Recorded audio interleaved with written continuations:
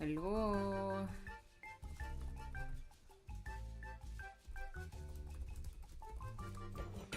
Oh shit.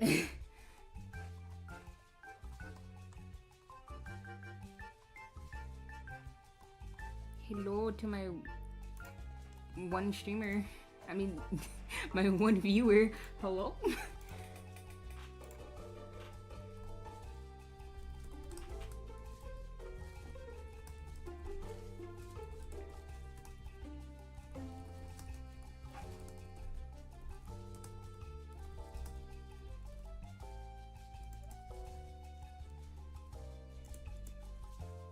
Don't mind me just chilling right now.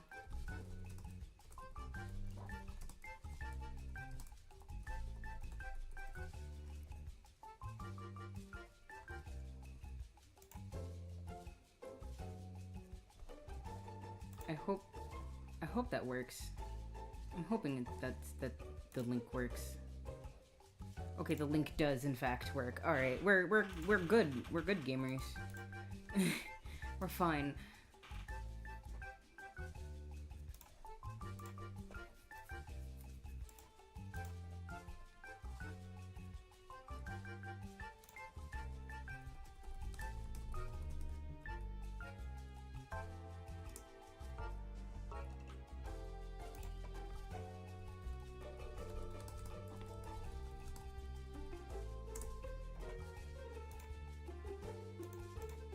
Don't mind me, I just need to chill real fast.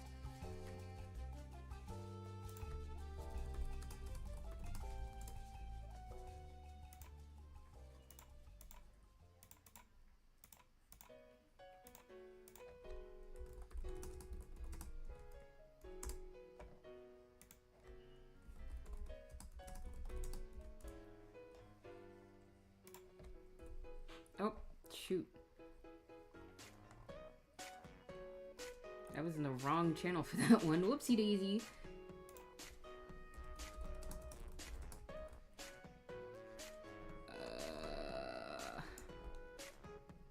Sometimes I feel bad, like, self-promoting in certain areas. Just because it feels, like, slimy. Sometimes. My cat wants to try and drag my mic down. And pull it off the desk.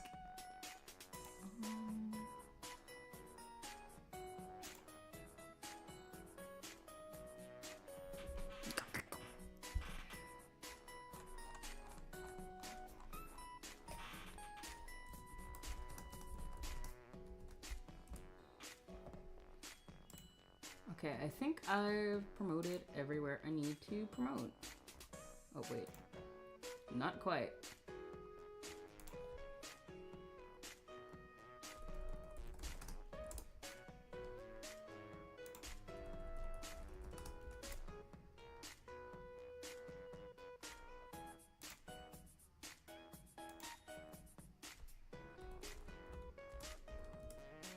Okay, now I've promoted everywhere. Alright, cool.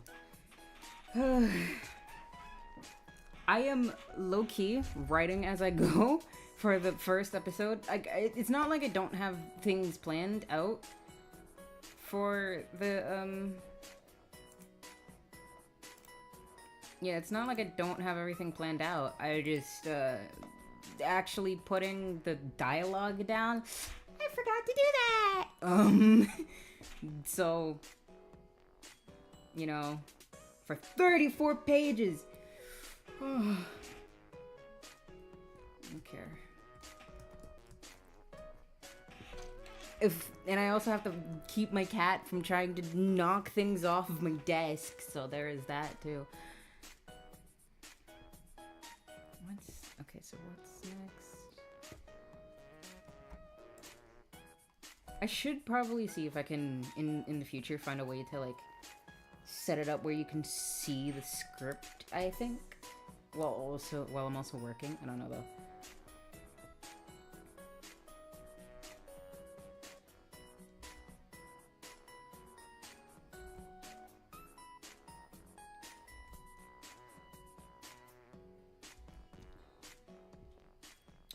Hello to my 2 viewers.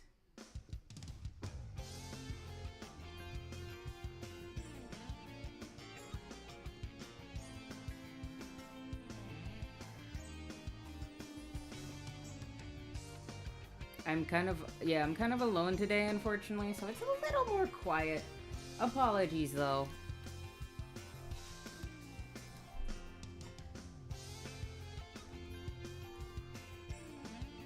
I should have figured this scene out earlier, but it's fine, though.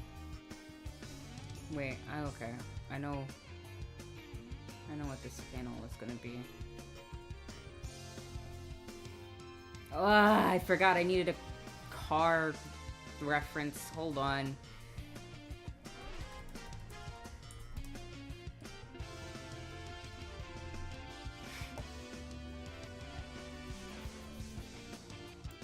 I tried looking for a reference on Clip Studio, and trying to get an actually decent car reference required money. And I'm not doing that, so...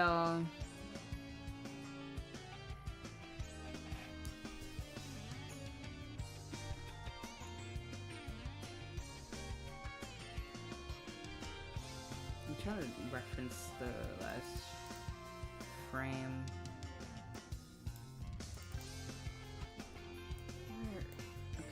Where did I leave him? Okay. So, we're gonna do what I call cheating, chat.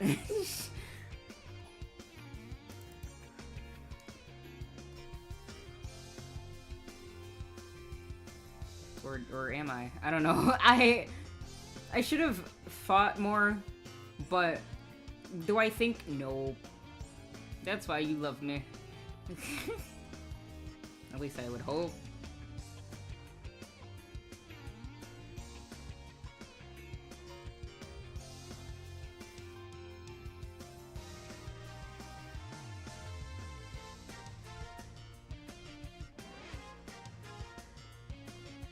How does one draw reflections, chat? I don't really have that much of a clue.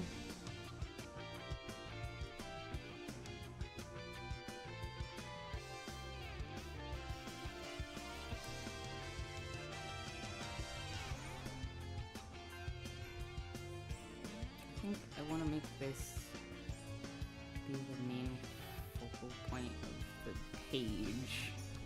Sorry if you can't really, like, see it all that well. I have my pen, like, really bright. And I don't think that's really good. At least for you guys. Some more elaborate. Yeah, okay. I tried to make this comic on Metabang, and with how I have everything set up, I think I would just end up crippling myself in the long run. So, you know.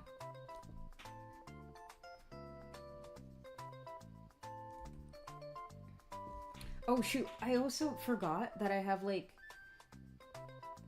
I forgot that I have, Clip Studio on my phone so I can view it. That's another helpful thing about Clip Studio is... Oh, wait, hold on. You can use your phone to view the comic. Of course, it has its ups and downs, but, you know...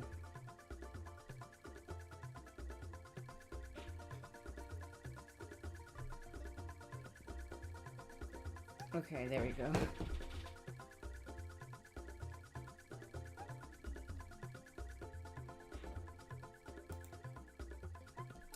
Hello, doctor!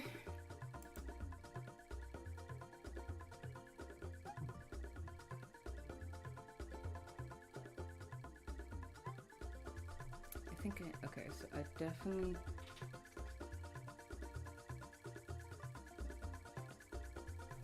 Sure.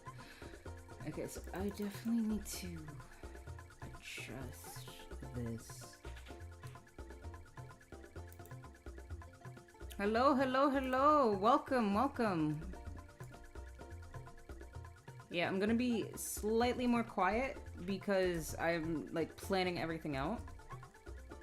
So...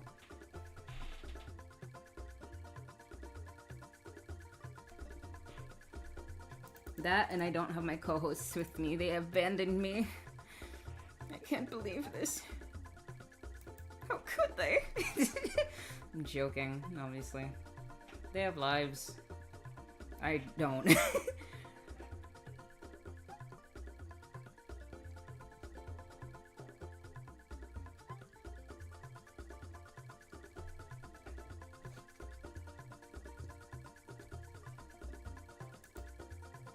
Would you like the I mean, I could.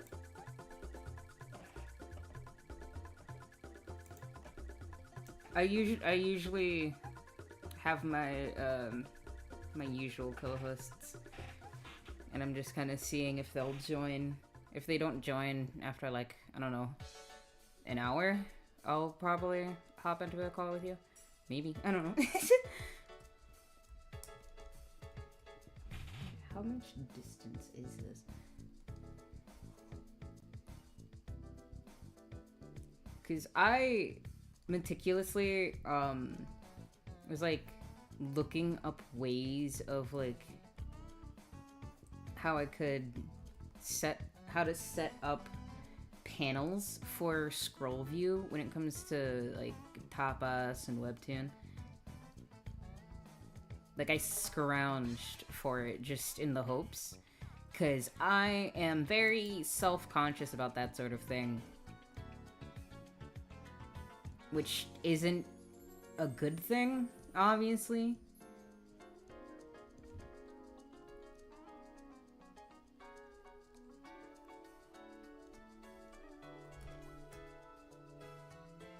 But, you live and you learn. You can't learn if you don't fail. So, and I can always, like, go back to redo these panels, like, way in the future.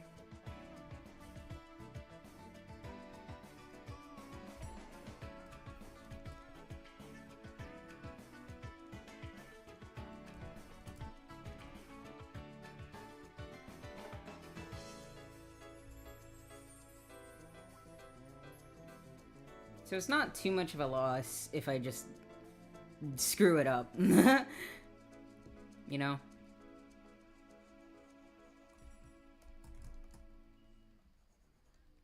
Box. Oh, I just realized, is the music too loud for you guys? I hope not.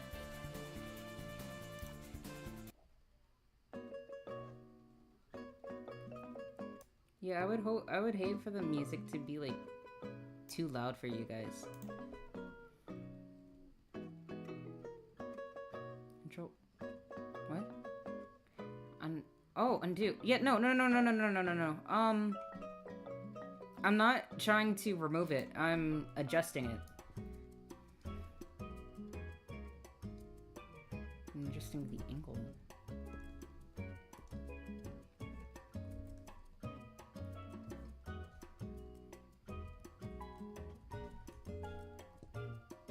Yeah, I wasn't trying to remove it. I was trying to adjust the angle because it was too low for like the perspective.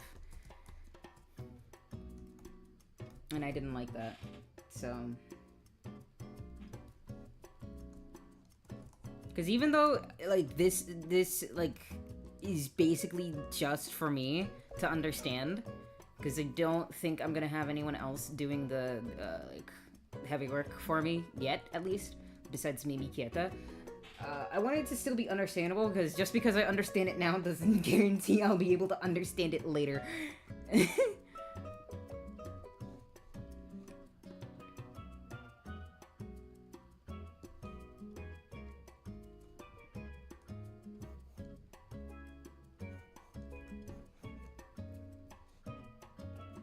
You want to make your thumbnails when you're doing comics very understandable.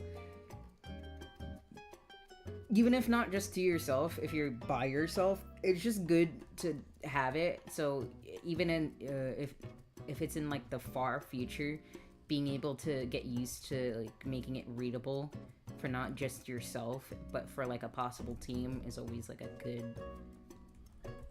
practice.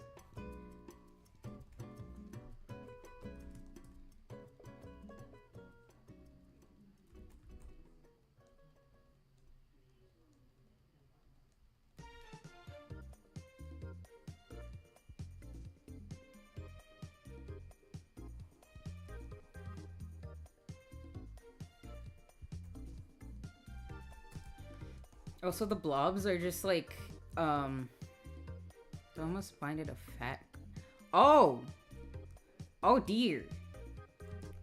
I don't know if that's, I'm assuming that's a bad thing. I hope everyone's okay? Question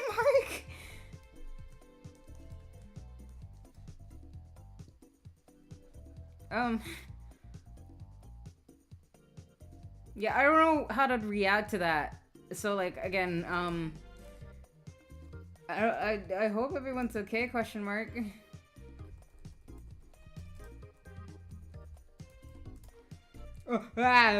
Oh, wrong thing. Fuck.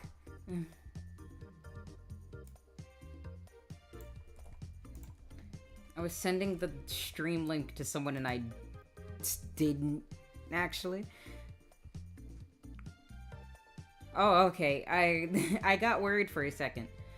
And also, like, I know the term hotbox, but in a completely different context.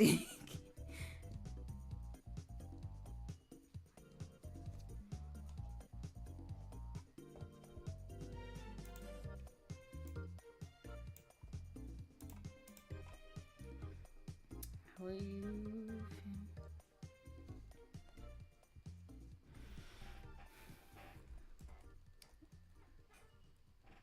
Oh, no. I just had the...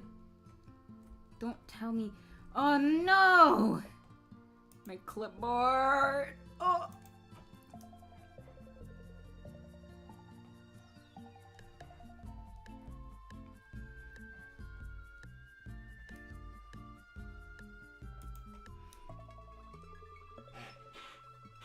Trying to figure out dialogue here.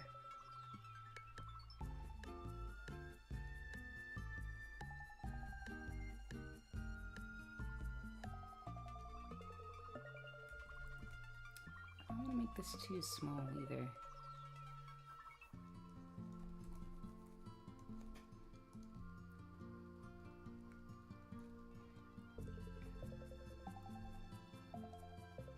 The most difficult thing I'd have to say when it comes to comic creation is like figuring out where which panels go what. Yeah, I would be too.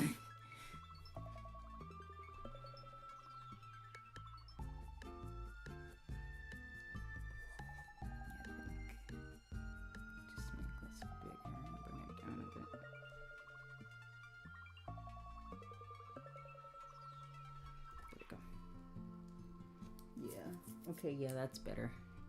That looks better.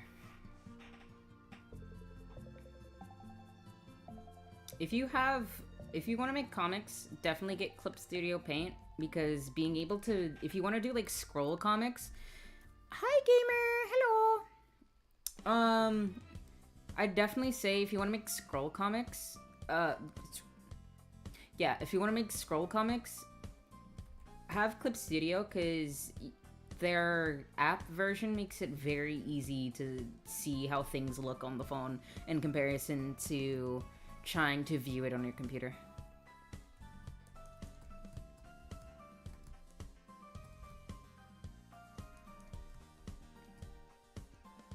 Hello gamer.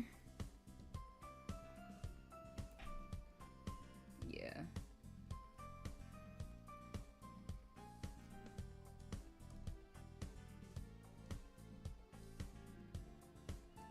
My favorite thing to write, broody teenagers.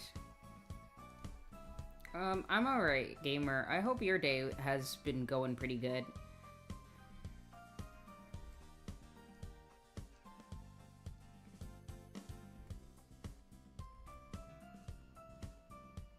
But yeah, just paneling, and I have a really bad habit of drawing like really big. So that's like my main issue. And also like I'm really zoomed out to try and circumvent that, because again, these are supposed to be just thumbnails. I don't want to be too married to like one or the other, else that's just going to halt my process.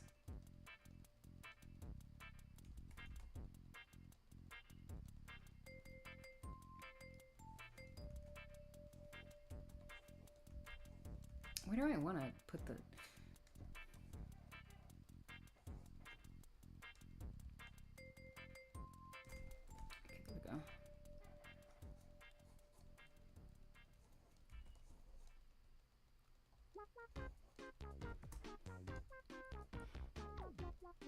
Oh, have fun. Oh god, have fun with Fortnite.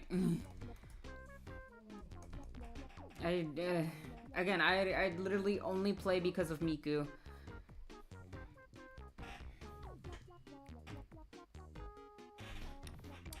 Hatsune Miku.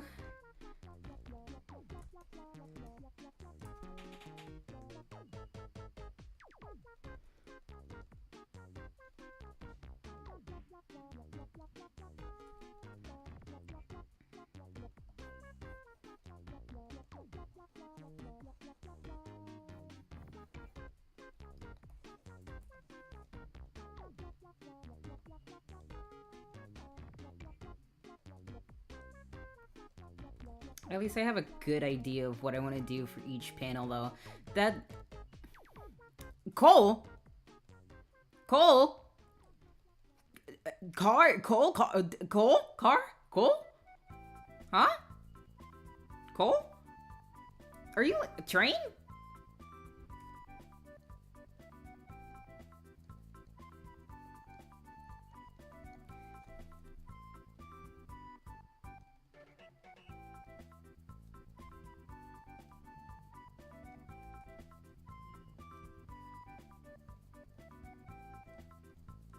Like, are you playing a train game? Hello? Question mark? Oh. Okay, that explains everything. Okay. Streaming.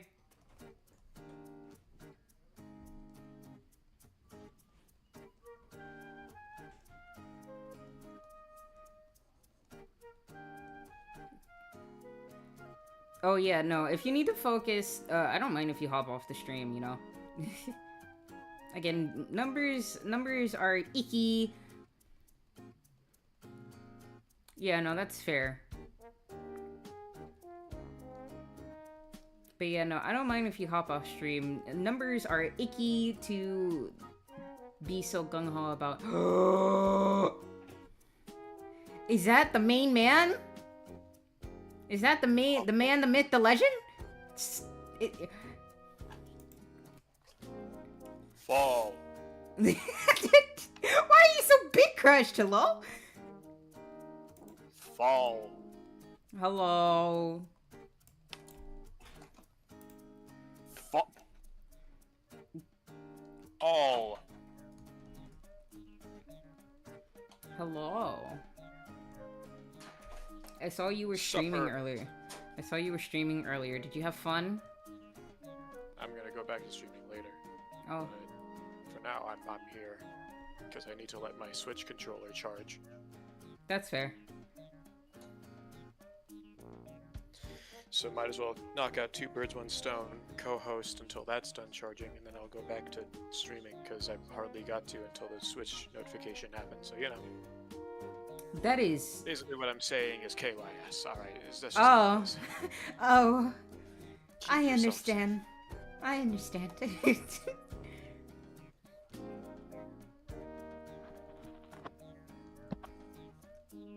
But yeah, no thumbnailing currently. I was brainstorming about, like, some of the future, dialogue possible that happens in my comic, and I started, like, getting giddy about it. Because, like, I can't wait to write it and, like, draw it out and whatever. Interesting theory, interesting theory. Interesting theory, okay. But, like, I was thinking, because, like, I can't spoil it! But, I can't spoil it. I cannot. Read that chat, they can't spoil it. I can't spoil it. I cannot. I want to, but I can't. Gamer Queen, I'm talking about my comic, the comic I'm currently working on. I need to control my impulses.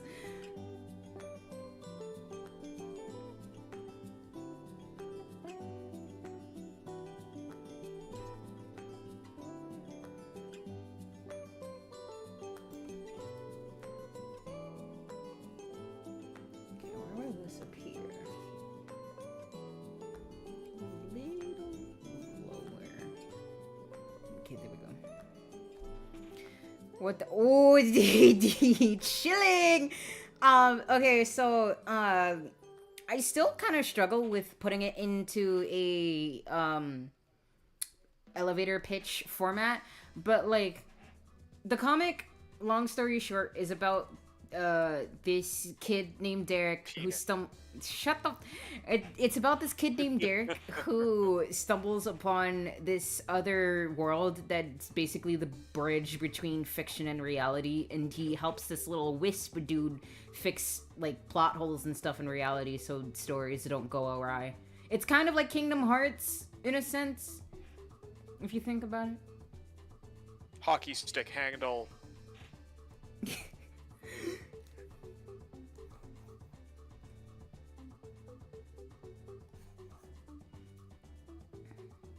Oh, no. Broomstick handle. Broomstick handle. The Twilight Zone. I've never watched an episode of The Twilight Zone.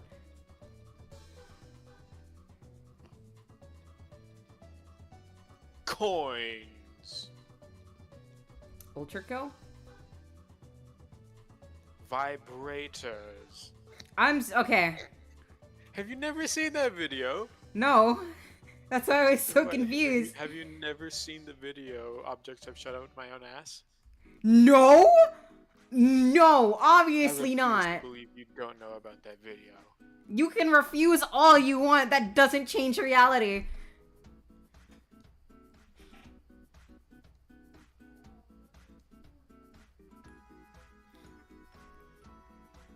I can't believe this.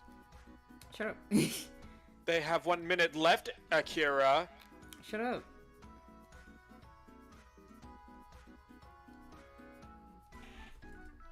It's completely fine if...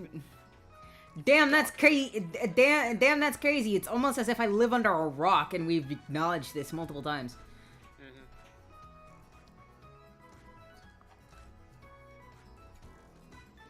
I forget that I can let the dialogue get out of the, like, panel. It's not a traditional comic. I can make it, like... My goodness. Yeah, I've got something for you to understand, alright?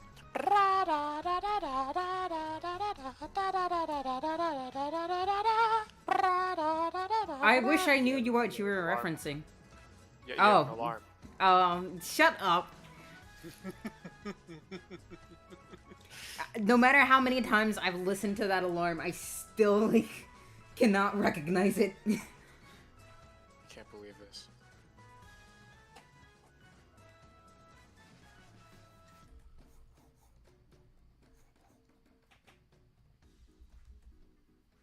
Wait, no. Okay, yeah, no, that's fine.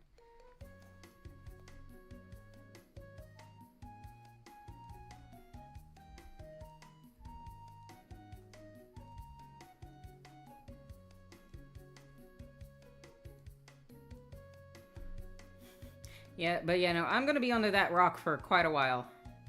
No. Yeah. I'm gonna show you the video. No. You can't make me. You're going to see it. Nope.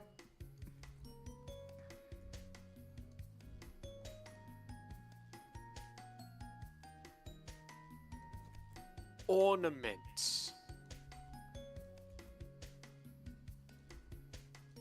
Christmas tree. I'll be right back. Oh, God.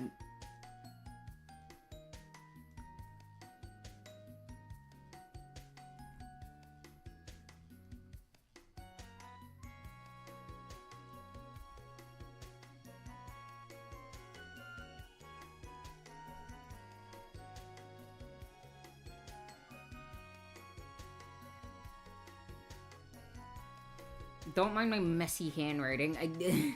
No.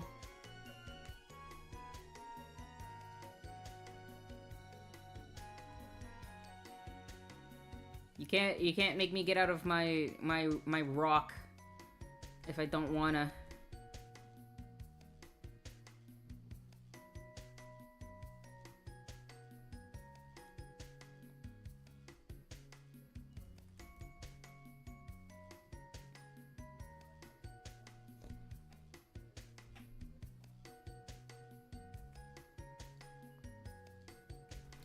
Okay, I'm just gonna have to figure out how to convey this to myself.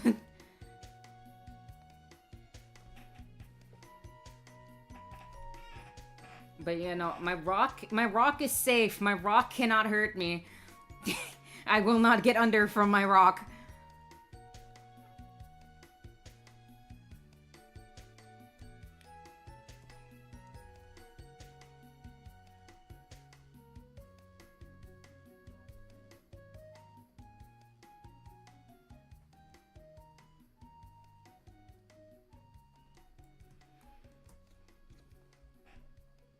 Stiff. I'm back. Oh. Fear.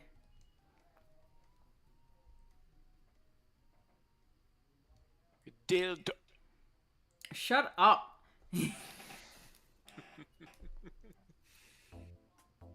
All of these are true, including to me. Oh. Flashlight handle. That's not. All right, video. enough. New bit.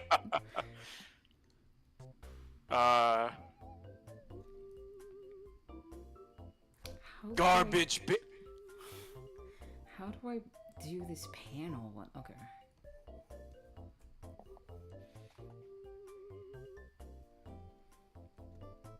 How do I do this panel? Me at PAX. Yeah.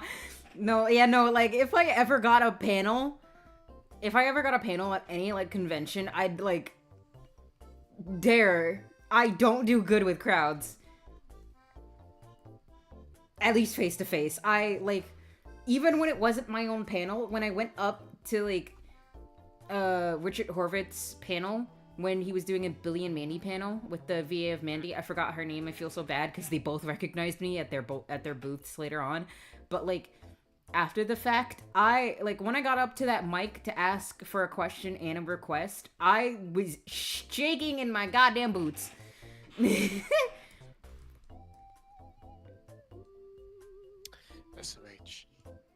I can't believe this. Always the panel goer, never the panel.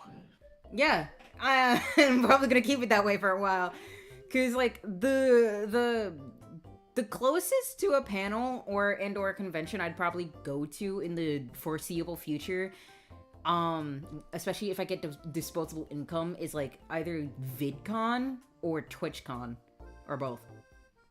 Wow. Okay. How do I do this? Okay.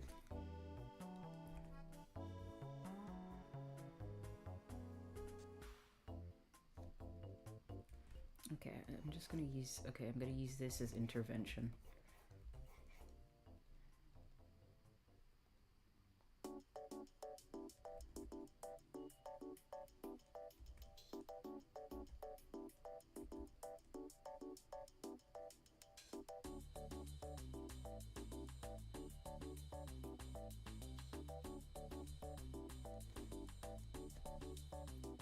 Oh, my silence.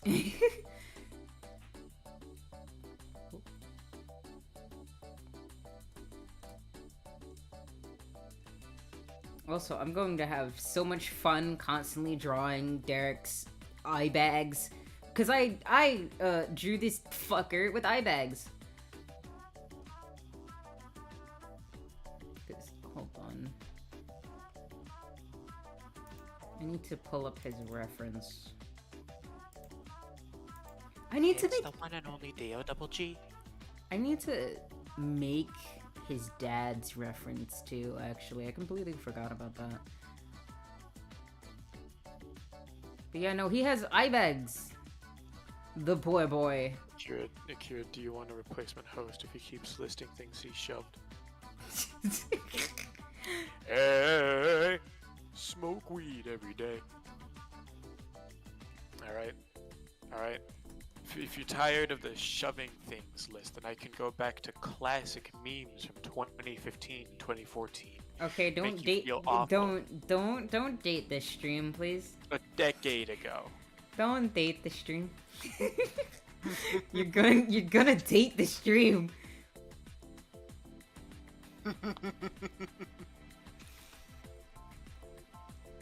Mom, get the camera.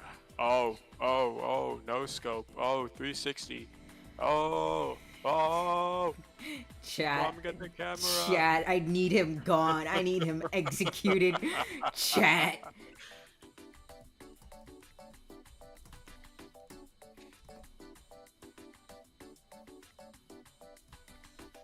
$360 no scope.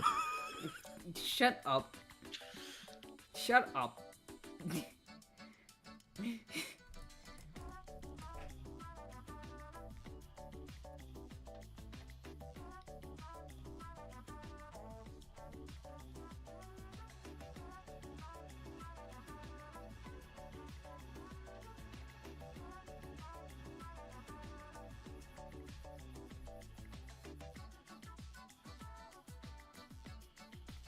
Wow. Damn, son, where'd you find it? Okay. Thank you. Thank you. Very cool.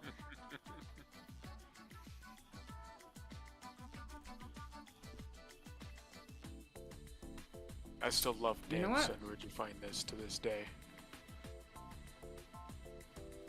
Oh yeah, no, that's a classic.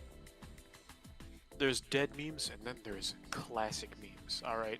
There's tons of cars that we know in real life that, you know, people don't care about if you have in the modern day, but then there are the ones that are classics, built to last, sports. The memes are no different. Okay, memes are sometimes different. Yeah.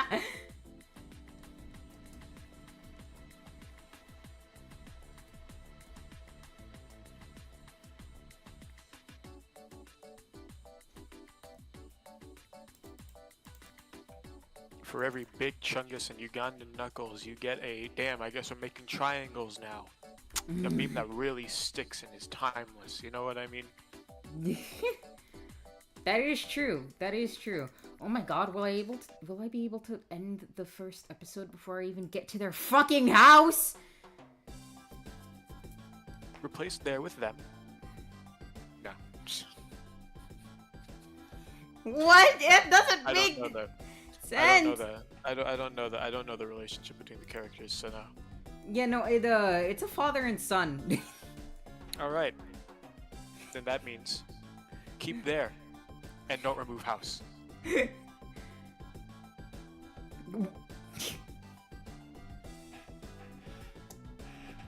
But yeah, I'm the first episode is going to end before I even get to the house. My god. First episode should end with them dying. I'm just saying. Alright, it'd be funny. Okay, just a one shot. Alright, cool. Anyway.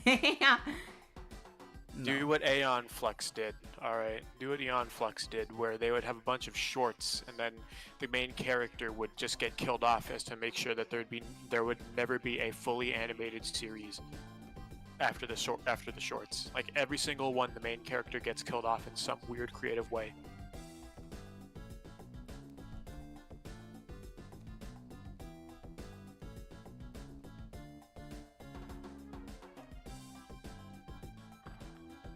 My poor son doesn't get a lick of sleep, has the worst sleep schedule possible, is depressed because he has a dead mom. Could it get any worse? Spoilers, it gets worse. Good. Maybe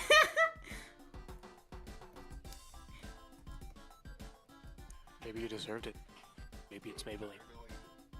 You're so mean. You're so mean. But damn right I am. So glad you know. I'm bad. I'm bad. Don't you fucking dare.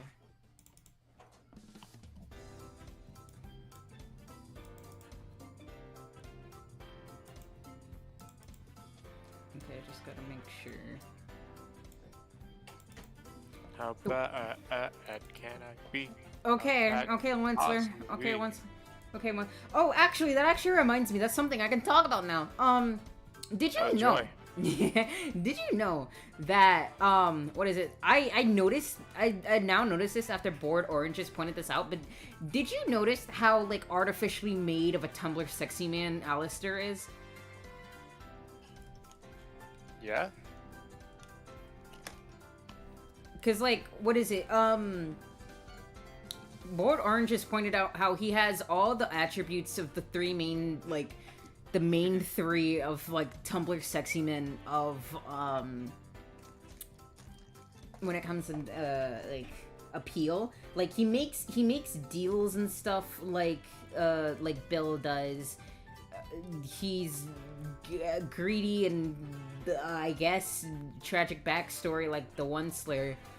And, like, he has that chill charisma that, but, like, everyone's like, oh, he's really strong if you get on his bad side. Oh, don't do that. And just, like... Sans. Huh. Yeah, Sans. And it was just like, huh. When you put it like that...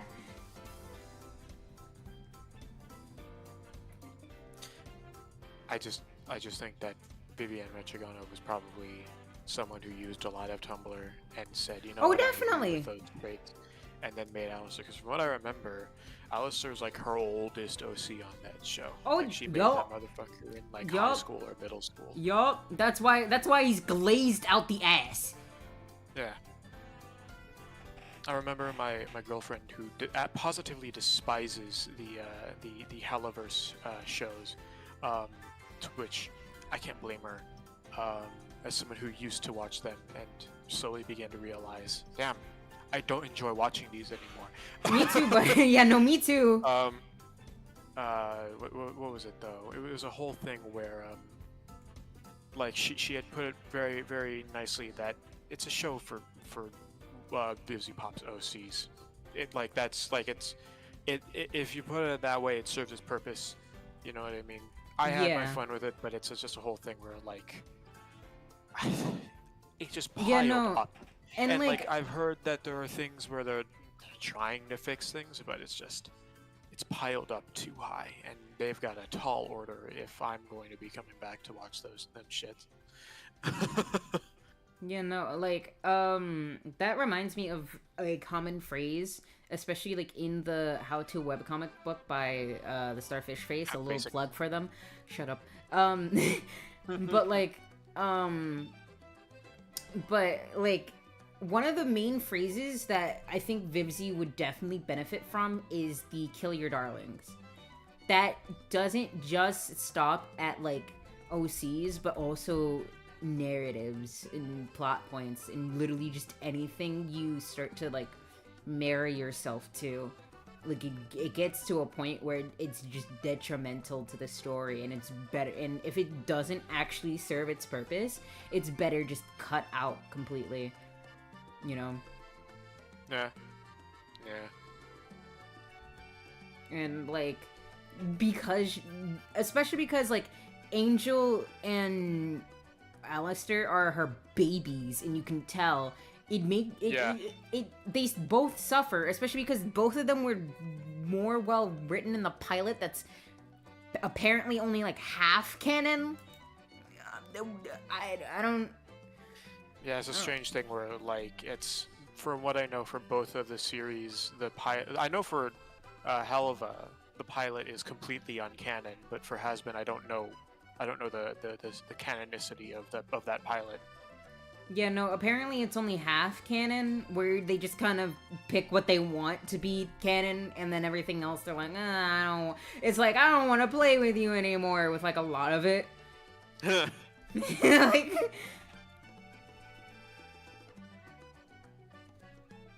and it's just, it suffers, especially because, like, when the first episode, coming into it as like a new person discovering the property, you don't know anything, especially because everything's just like, it became a precedent where people would just kind of like build off of pilots and consider those episode 1 instead of what they were supposed to be, either pilots or episode 0s. So, like, given that, building off of that for new people instead of just like reestablishing yourself with it, it makes it messy, because even then, and it's just like, I always argue this in spaces, but like, Vivzy has a tendency to do what the creator of Star vs. Darren Nefsey did, by like having crucial bits in other parts of in other media instead of in the show where it's supposed to be and where the main consumer base is. Yeah. In like expecting people to know these things because it like Yeah. it's out in the ether, yeah, but that doesn't mean that like everyone's gonna know this, especially if it's crucial information. Why are you putting crucial information outside of the source material? Not everyone has the ability to search for those stuff, especially for like Darren Nefsey's case. It was eating an entire separate thing that you have to buy. Yeah, it's a whole thing where like here's the thing. I think that having like world lore outside of the main media can work if it's like media which is Hollow Knight, for example. There's a small amount of Hollow Knight lore which is only clarified upon in the Wanderer's Journal, which is literally it's like, you know how like certain game franchise will have like book releases, and the like the books will basically just have a little bit more lore, a little bit of world stuff, have some concept art that they build upon, right? Mm-hmm. I think that it can work in certain cases where the lore is already vague and you're supposed to piece together things and you might come to different conclusions. When it comes to TV shows that are supposed to be adult comedies, animated adult comedies, I'm going to be real with you. That's kind of hard to pull off in a good way. Pretty much. If you are selling your product in a manner that it's supposed to be consumed in one direct way, people are going to consume it in that direct way, even if you incentivize them to do otherwise. There's a reason why, like, even though Gravity Falls does a lot of ARG shit, it still is like consumed in a way that everyone can enjoy. So for those that like to go hunting for things, they get their fix, while there's also like they get their fix, while there's also the people that are like just casual viewers like myself still can enjoy the property, and if they want to, they can get that extra tidbits. It's basically just like extra stuff that isn't important, but it's basically kind of like a cherry on top if you want that extra bit of like sauce, if you really like want it, you know. And exactly, and like that's why like Alex is so hailed for his like ARGs, because he knows how to make it he knows how to balance that stuff, especially for something like where like some of his clues were in things that weren't even related to Gravity Falls like altogether. When like the Book of Bill came out, like you had to read The Great Gatsby. I hadn't read The Great Gatsby since my junior year of high school, and I had to read that again to like try to decipher some of the code in the Book of Bill. Yeah. Like like that's a better case of sending your audience outside of the source material to get them to you know, like do their research than what Darren and Vivzy do, you know? Yeah. Cause if it's integral, it should be in the main source, the meat and bones, not in the entrees and garnish. And that's what like all this other stuff is, because she's basically building off of the fact that she's had an audience way even before like has been the hell of a verse like popped off, you know. And it's to her detriment, because like for like more casual and or newer viewers, you're basically like sacrificing them just to appease your dwindling number of people who've been following you for a long time. And for what? It's like, you're basically showing off your darlings to a museum of like basically like high aristocratic appraisers, while you scoff at the casual viewers for not thinking like beyond what they see. And it's like, that's not how you art. Exactly.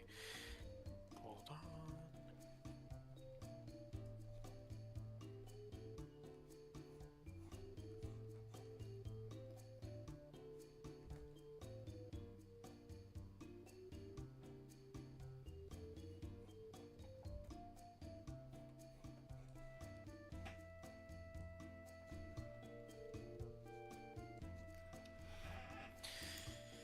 Yeah, it's a whole thing where just another problem I think with Vivzi is that she okay, this is gonna sound crazy, and you can tell me if I am misreading an entire situation.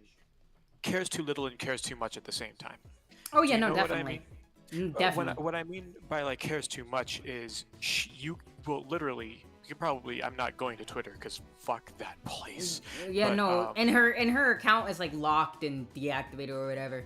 She's okay, fair yeah, so enough. like at But that point it's for not even worth it for to a begin with. while, yeah, for a while you would see her like going ahead and replying to every single little criticism that came her way, My name rather is than Kane and I am your bitch.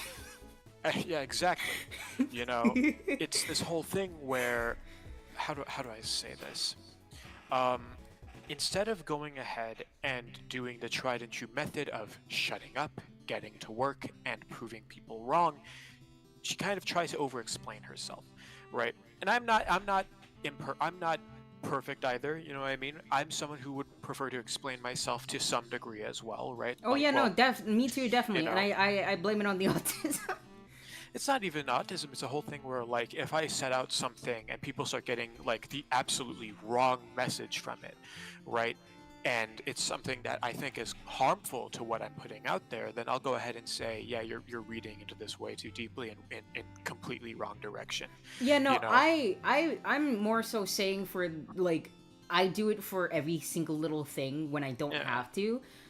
That's why, like I say, I just blame it on the autism because like that's just an issue I've had since childhood, especially because like I read everything so literally because that's just a thing that autism does, yeah, and like it is again to my detriment. And becoming a content creator, you can't do that.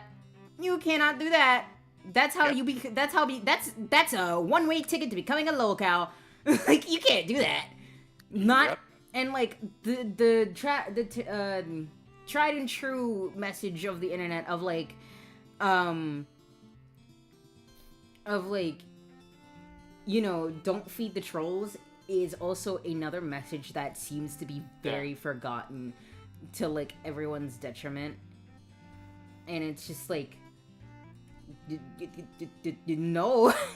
Like you don't not everyone is deserving or is in need of a response, because like sometimes even if people read it the wrong way, that's just inevitable.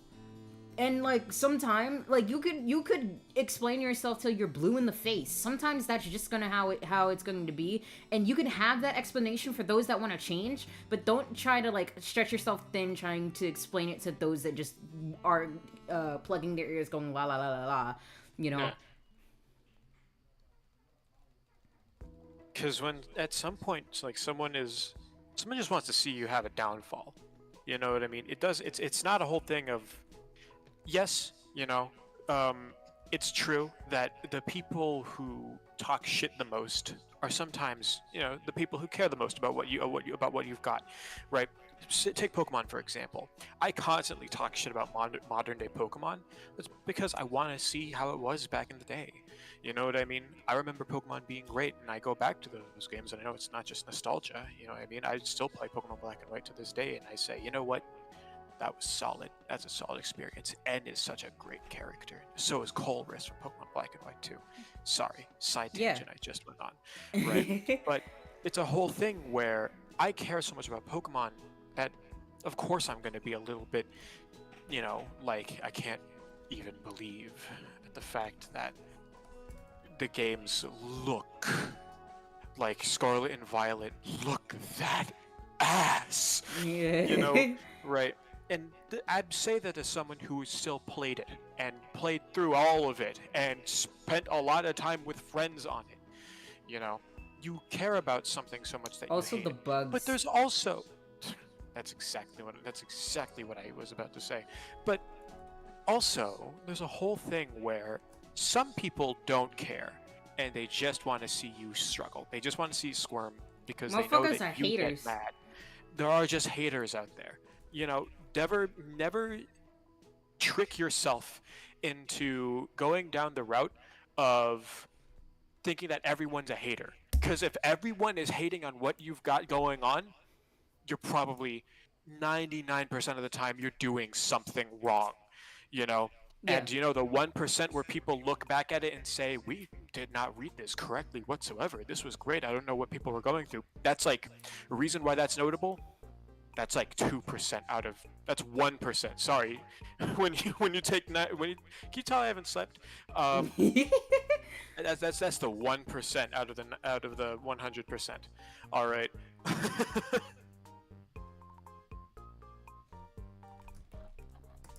Yeah, like it's like that's another thing I'm trying to rein myself in of not doing, because again, don't feed the trolls, don't make me tap the sign.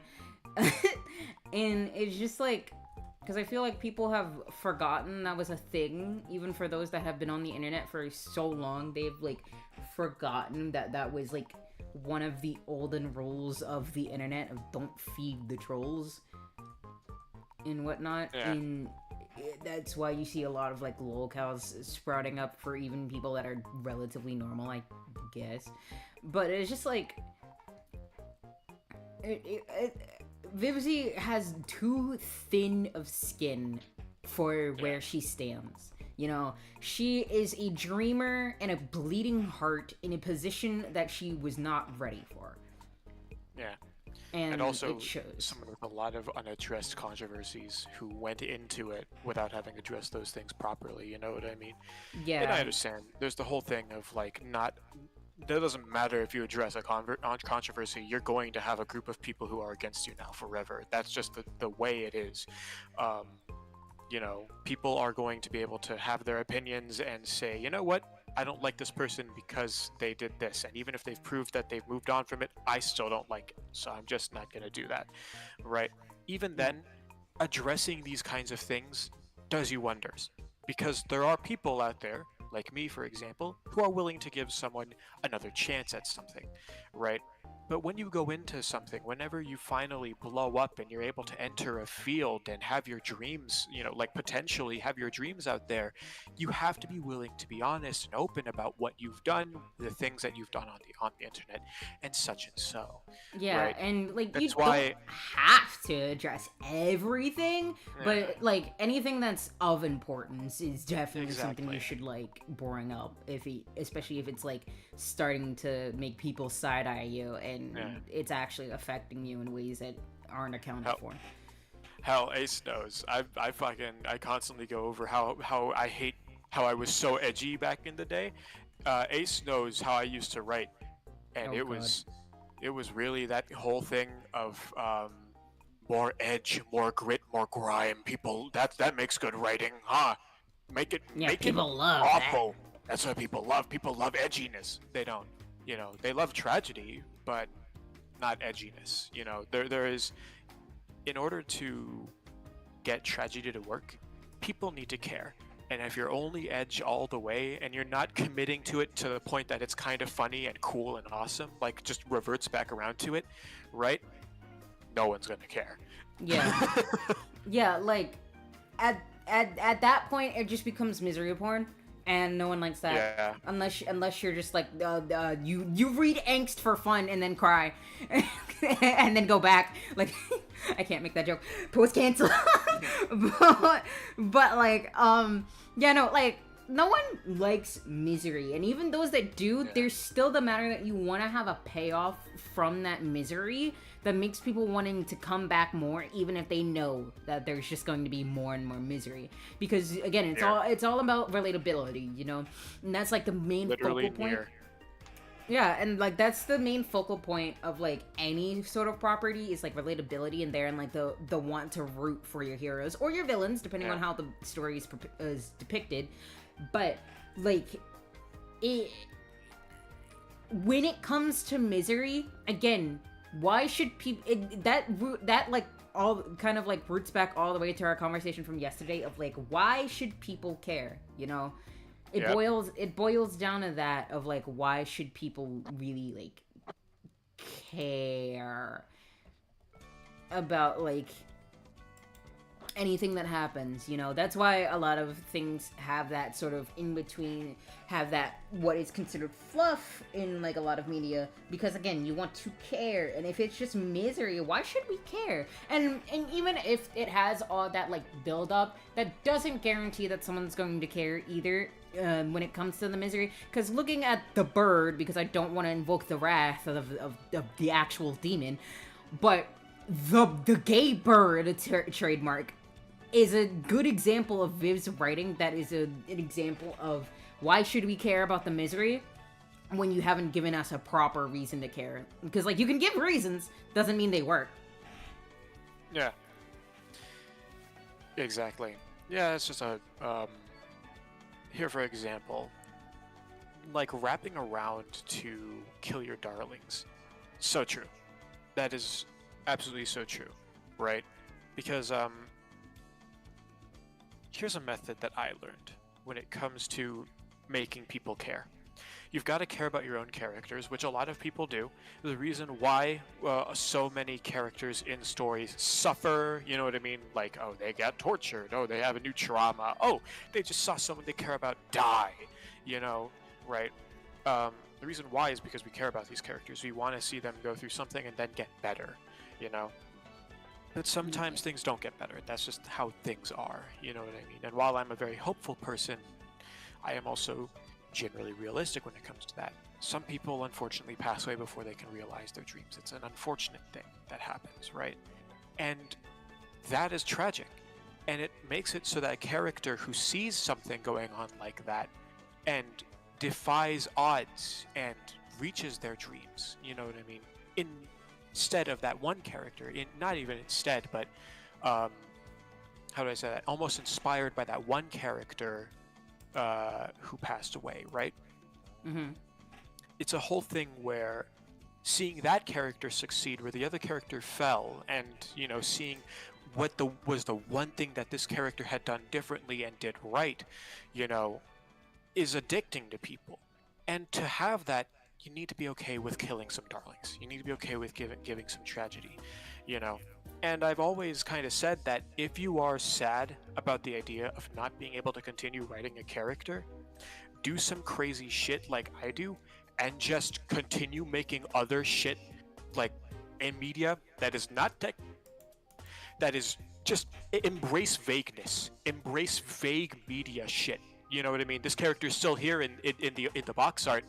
They're right on the page. They die in the first chapter, but they're in every single piece of media, including they're in every single trailer and teaser image, like they're with the rest of the party, even though they die in the first chapter. You can still technically have that character in everything. You know what I mean? You can still find ways to paint that character, to write that character, to sing songs about that character, you know? Yeah. Be okay with killing them off, because it makes that character, one, more mysterious, and two, more alluring to people. You know what I mean? It adds this whole weight of, wow, this character's gone, but this is how they would have looked. You know? Yeah. That's how I got used to it. And it tells people that it you know, it makes people, you know, turn their heads when, like, what, this character died, but I've been seeing so much artwork of them, you know? That's what I learned, basically. But, Yeah. you know, that's my method. Yeah, no, and like again, it works. Cause like a good example, cause like it's kind of a twist too. But like a good example of that would be not completely, but in The Promised Neverland, Norman. That's basically what happens. He dead, or at least we think he's dead for a while. And he leaves a lasting impact where like even the mangaka in one of the beginning arcs after the jailbreak arc, the mangaka in between chapters in one of the volumes, I forget which volume it was because it's been a while, but in one of the volumes the mangaka even has like a little thing where like what would happen if Norman was there in between chapters. as like in one of in between chapters, there's like a little if Norman was there that like happens now and again, showing like how would he act if he was trying to learn how to draw a bowstring. How would he act if he was like in the bunker with the rest? Like that is a good example. We don't talk about the ending though. Yeah, I hear that Promised Neverland's ending is a lot to be desired. There is no season 2 of The Promised Neverland in Bossing Say. There is, exactly. Yeah. There is no promised in this Neverland. One of my favorite examples, and I hate to bring this up, but one of my favorite examples, unironically, is a certain mobile game that Ace knows that I play, and I've been planning on streaming when I can. Rhymes with Tree-K. I know. Yeah, sure.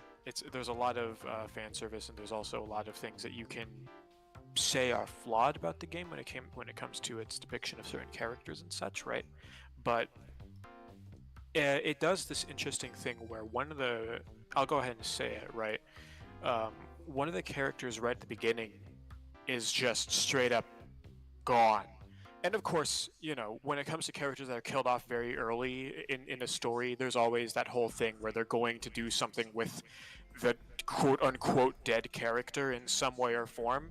But that form of that character is gone. You don't see them again. You, in fact, lose them. Like, you lose an entire unit of a character that is given to you from the tutorial, right? But the funny thing is, she still appears in so much teaser artwork and like banners as if she's just still there. Oh yeah, no, because Honkai kind of did that and before they like brought the character back, but like as you were saying. Yeah, it's that, to me, that shit will always be interesting. Like, wow, that character's gone, but I see them and they're treating it as if this character never went away and that wasn't a huge part of the story, to which it was, They're literally like, so don't worry about it. Yeah. Anyone on the outside thinks that this is just another one of the girls, and when they see her in the tutorials, it's like, oh, that's why she's in everything. She's literally the main girl. Dies. What? That's probably someone's reaction out there. It's a sad death too. So I'm like, let it be known. Oh. This entire tangent has all been in order to say, kill your darlings, do that shit to them, and you can pull some shit if you want to bring them Massacre back, them. or you can leave a hole in people's hearts if you want to hurt them.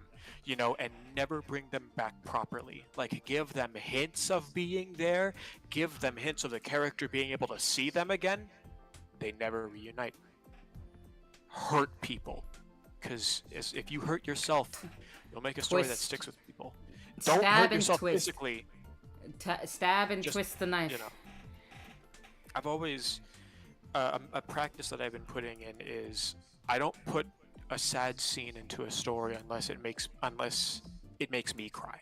Not maybe not cry, because it's very hard for me to cry, but I'll tear up. Yeah. I'm the same way. Yeah. So yeah, just employ that. That's my writing advice. Cry like a little baby. Cry. Yeah, like you wanna. That also kind of like reminds me how like with, for example, I forget what I was like going to reference, but like, I forgot it. Oh my god, I forgot all my words. My brain actually just factory reset. Wow. Post canceled at gunpoint.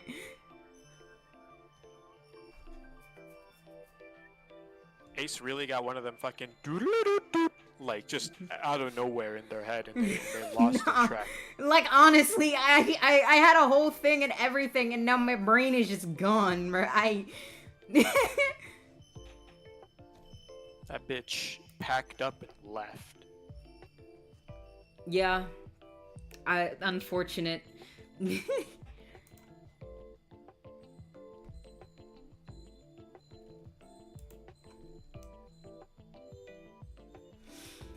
But yeah, like Vivzy. Also, that reminds me of the whole thing with like Millie. Oh, not bring her up. She makes me so pissed. That character pisses me off so much. All right, no. She's literally know that I will have words. She's literally the fucking the try guy without the cheating part of like I love my husband, and that is her entire character. Yep. That is literally it. Like they had so many chances even before they like quote unquote forced themselves to make a Millie episode, but like they did it. There was things there, and like even Bored Oranges like make something arbitrary that makes more sense than what we were given of like her eventually betraying everyone because like she's the most ruthless killer out of them all, and when Blitz and everyone just keeps fucking things up, like obviously she's like pissed about that, you know, and it's just like no, they give her a pregnancy arc. I'm going to bash my head into the wall. That's like the tutorial on how to not handle characters, you know. Especially a woman. Like I'm so sick of and tired of like this arbitrary way of tying womanhood to a character that is like not traditionally woman and making that her character. And it's like no, that's not how that works. To me, this like it's like how do I say this? That is the insulting version of like that's the insulting. How do I say this? That's the female character version of baby girlification to me. You know what I mean? Right? Because Flanderization would be more appropriate. That's true. It's a whole thing where like you see, you know, how do I say this? There's this character that is cool and has a lot of potential, right? And then I guess I can't say baby girlification because or whoopification because that implies it's fans who are like putting that onto the character, and it's even worse when people see the fans doing that and say, you know what, we're gonna do that in the story, and then they completely but we can't say that it's whoopification or baby girlification, you know, because it's the writers doing it to Millie, and people want to see that is the opposite end. Basically. That's why I said flanderization. Yeah. And like, oh, that reminds me of like, because it's going back to what you mentioned before of like Vivzy's fucking tirade on Twitter of how like she was like, people don't understand Millie, and I'm like, you don't understand Millie. Shut up. Exactly.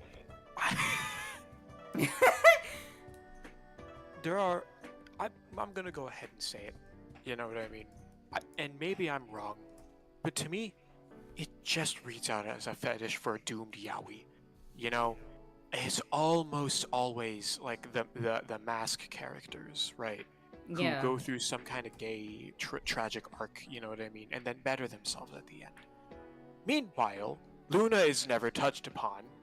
Remember the last episode where Luna was there? Furry bait. She's literally just there to cause the furries to go say, you know what?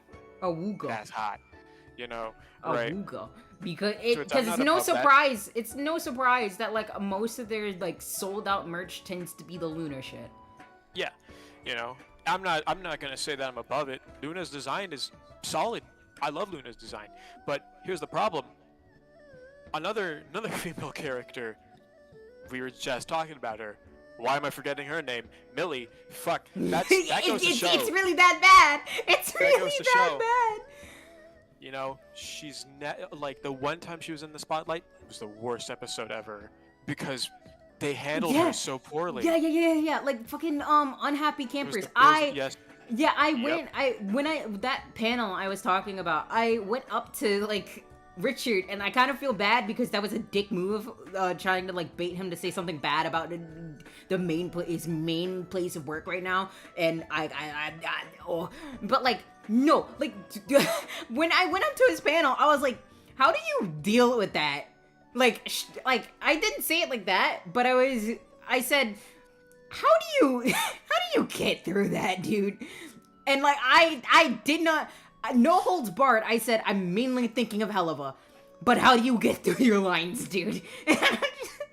and he's just like, I don't care. And I'm like, you have more strength than I ever could dream to have. Yeah. It's a whole thing where just there's so much they can do. The worst part was that when I first started watching, they had something. They had something here. You know what I mean? They had something that could have been something. Do you know, like an example of a relationship where you don't need to prove too much beyond the fact that you're there for someone, right? And they fuck it up with the Unhappy Campers episode.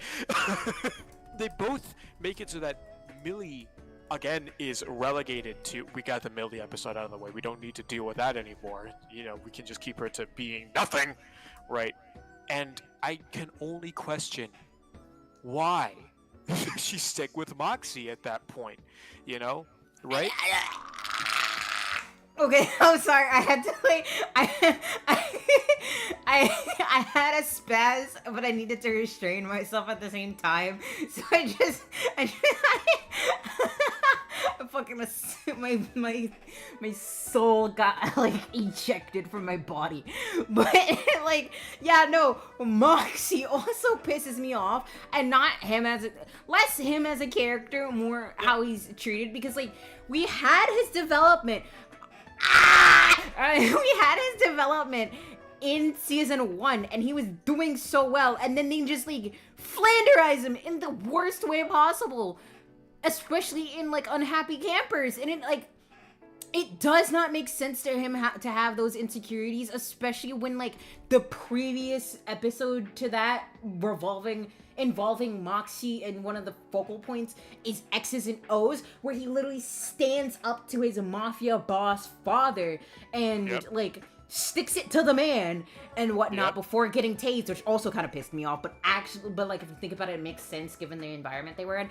But it still is just like everything revolving Moxie makes no sense when like you reflect in every other episode that involves Moxie as a focal point, and then you get to Unhappy Campers where he's so insecure and like confuddled about these like campers being more focused on his wife, which doesn't make sense either, because we have Ozzy's where he's like so supportive of his wife and whatnot. Like, we have every episode involving the M&Ms where he's so supportive of his wife. I'm sorry that I'm not drawing right now. I'm like really emotive. I should not have mentioned the Helliverse.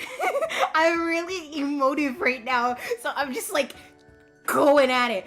But like, we have every episode in season 1. I am like, I'm so pissed, and it's just like you can tell that I used to be a fan, and I'm so angry because I'm passionate about this, and my voice is breaking. Right. No, you've gotten me started. I'm not stopping.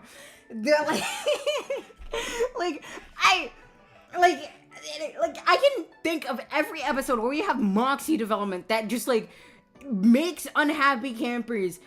There's a reason why everyone doesn't like Unhappy Campers, and it's like we have, for example, which like we start off with like his characterization, which kind of gets called back in the X's and O's, where like he's fine with killing, he just has a thing about family, especially because of how he feels about his wife. Cool, good setup. Like that makes complete sense off of like what we've already been established, especially when the pilot was still considered canon at the time. Makes complete sense. Like their dynamic makes complete sense. Cool, whatever. Then we have like Lululand, where he's completely protective of his wife but very supportive of her, right? Cool, works. We Spring Broken, I think, was the next one. Works, cool. I think so. Then we have the Cherubs, cool, whatever. Then we have Truth Seekers. That one works. Like, it shows his growth, both in Blitz's, like, acid trip and in his. Makes complete sense. And there's already the boundaries being broken there of, like, Blitz saying, like, all walls, like, crumbled at this current moment because he's, like, at his most vulnerable and whatnot. They have a heart-to-heart. Works. Cool. Whatever. Then we get to, like, I think I've missed an episode. Don't care. Oh, Western Energy. That was 5 because I was thinking Truth Seekers was 5. No, that's 6. Western Energy. That is also another pivotal moment for Moxie and his, like, character. I need to make an entire video about, like, the Hell of a lore because it's pissing me off. You need to make your first video essay about the Helliverse and why you just have an issue. Yes, I do, because, like, I'm so pissed. But, like, yeah, Western Energy. That was the one I was missing in the episode lineup. Like, again, another, before Truth Seekers, a perfect Moxie development episode and whatnot. And it also kind of, like, establishes Millie's character, which pisses me off because you have something right there, because you also establish her sister, which interconnects to this development of her. I'm going to slam my desk. Also, give Millie's sister an episode, bro. They have the short, which also pisses me off because that's Millie development that works, but they don't fucking use it. And give her a full episode. You won't has-been crew. No, it's not the has-been crew. You won't hell of a crew. But yeah, no, like, what is it? Because, like, I've mainly been holding my tongue because of the whole, like, oh, the industry is small, yada, yada, yada. I don't care anymore. I don't care. I'm like, it's so bad. But, like, that already establishes perfect Millie characterization. I am an adult. But, like, she has characterization right there. Like, even when she fights Striker off for a moment before she's, like, down for the count. It's right there. And then, like, again, Truth Seekers. And then Aussies. I can't slam my desk because of my mic. It's going to fall. But, like, it's right there. And then, like, come season 2, like, we get more, like, characterization leading up to, like, we got X's and O's, right? We got that one, right? That's also good characterization there, whatnot. We get good characterization for both Millie and Moxie, where it also calls back to Millie's violent tendencies too, that was called back to in episode 5 of season 1. Cool. Then we get to unhappy campers, and literally all of that is scrapped from the record. And apparently, all of this was written years prior.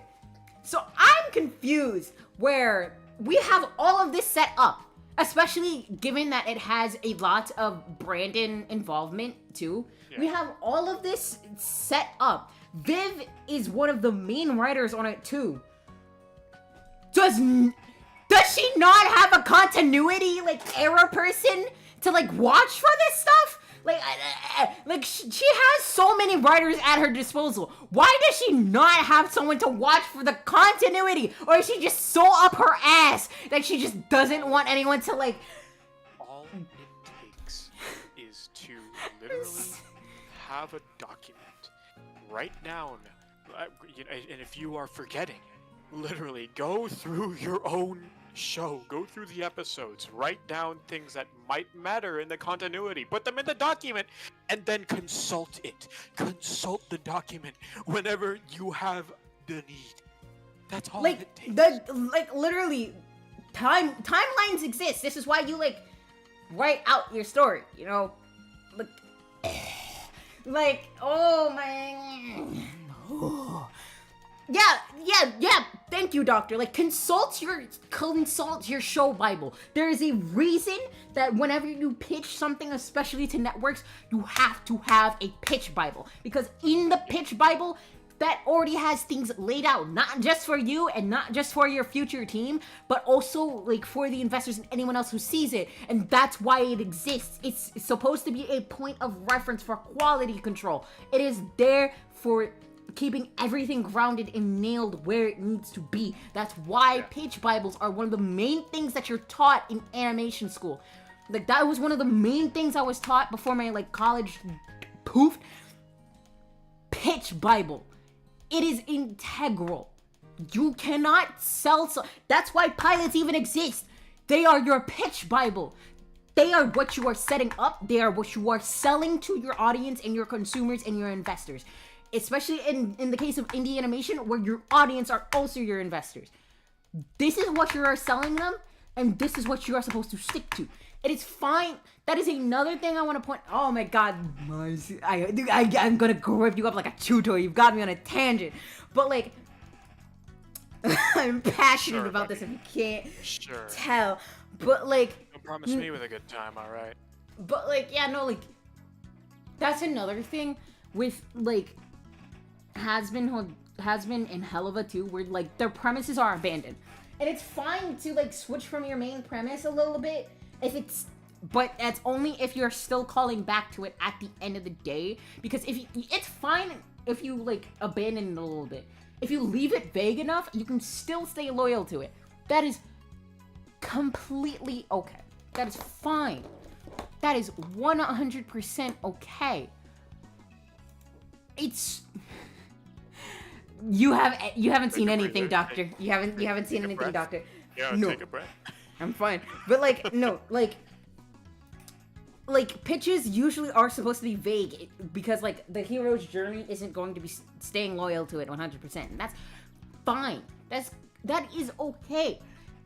What becomes the issue is when you abandon it full stop. Because again, that's where pilots come in. My mic! Hold on. What the fuck happened? My mic fell. Believe this, bro. What the?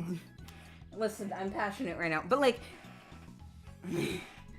yeah, no, like, because what we were sold when it comes to, I need to take off my robe because like it's getting hot, but like, like what we were sold when it comes to. But like when it comes to like what we were sold for like Helluva Boss, because like what is it? What we were sold for Helluva Boss. We have these group of ints who are considered the low rungs of hell, starting up a like a mercenary business for the sinners of hell that still want to get their licks back. Cool. Yep. That is what we were sold. What we got now is a toxic yaoi melodrama that... Melodrama is such a good way of describing it. Am I wrong? You're not wrong. That's why I said it's such a good way of describing it. Yeah, we got toxic yaoi melodrama where like everyone becomes like prop for the main couple. Yep. Same with Has Been. We get sold that the Princess of Hell wants to help redeem sinners so they can stop getting killed in the yearly exterminations. What do we get? A weird morality hell versus heaven plot that basically makes the main premise of not just the show, but the main setting of the show being the hotel for naught. Yeah. Cool. I fucking guess. The only time I've ever seen a story work with completely losing its original plot is when the literal point of the story is, if you are wondering what life's meaning is, it doesn't matter because you will find it yourself. You know what I mean? That's the only time a story losing its plot line like has worked to me. Because that's Yeah. literally the point. You Like don't have a plot line until you figure out what you want to do with it. like good examples of like drifting from the plot a bit, of like the premise a bit, would be like the Owl House, for example, where it's like a human girl stumbles upon a realm of witches and wants to become a witch herself. Like that's one way I can summarize it, and therein is like a good way to explain what happens. And like in a way it drifts from like the main premise of its pilot and maybe like the first episode, but it still sticks to its core of like a girl wants to become a witch but also wants to find herself. Yeah. And she does technically achieve that by the end of the show. Another example, Amphibia. A human girl is sent to another dimension along with her friends and is trying to get back home. And she partly achieves this, but she's stuck with the second premise that is sold in the second half, which you consider just another arc, where it's she's home, but something's wrong, so she needs to fix that so she can properly go back to her life home, right? Especially because her friends are also still stuck in that realm. So it's not just her that needs to get back home, it's her friends that also need to get back home, right? Yep. So like, and like Adventure Time as a whole is also a good example of that.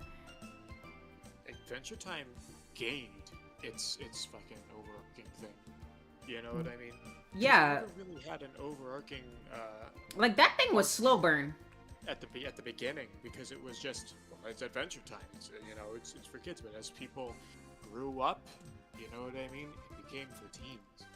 And it got I'd say less of people growing up and more like I said, they were just kind of going in for the long haul. Cause like it was definitely sold as more so comedy and became serialized, and that's fine too. That happens. my whole like take on it has been that like it grew up with its audience. Do you know what I mean? Yeah, and that's usually like That's the case, normally because what that would also be the same thing with like My Little Pony too. Strangely enough, yeah. like Don't get me started on that shit, bro. You have your trigger, it's hell of a. Mine, it's that damn community.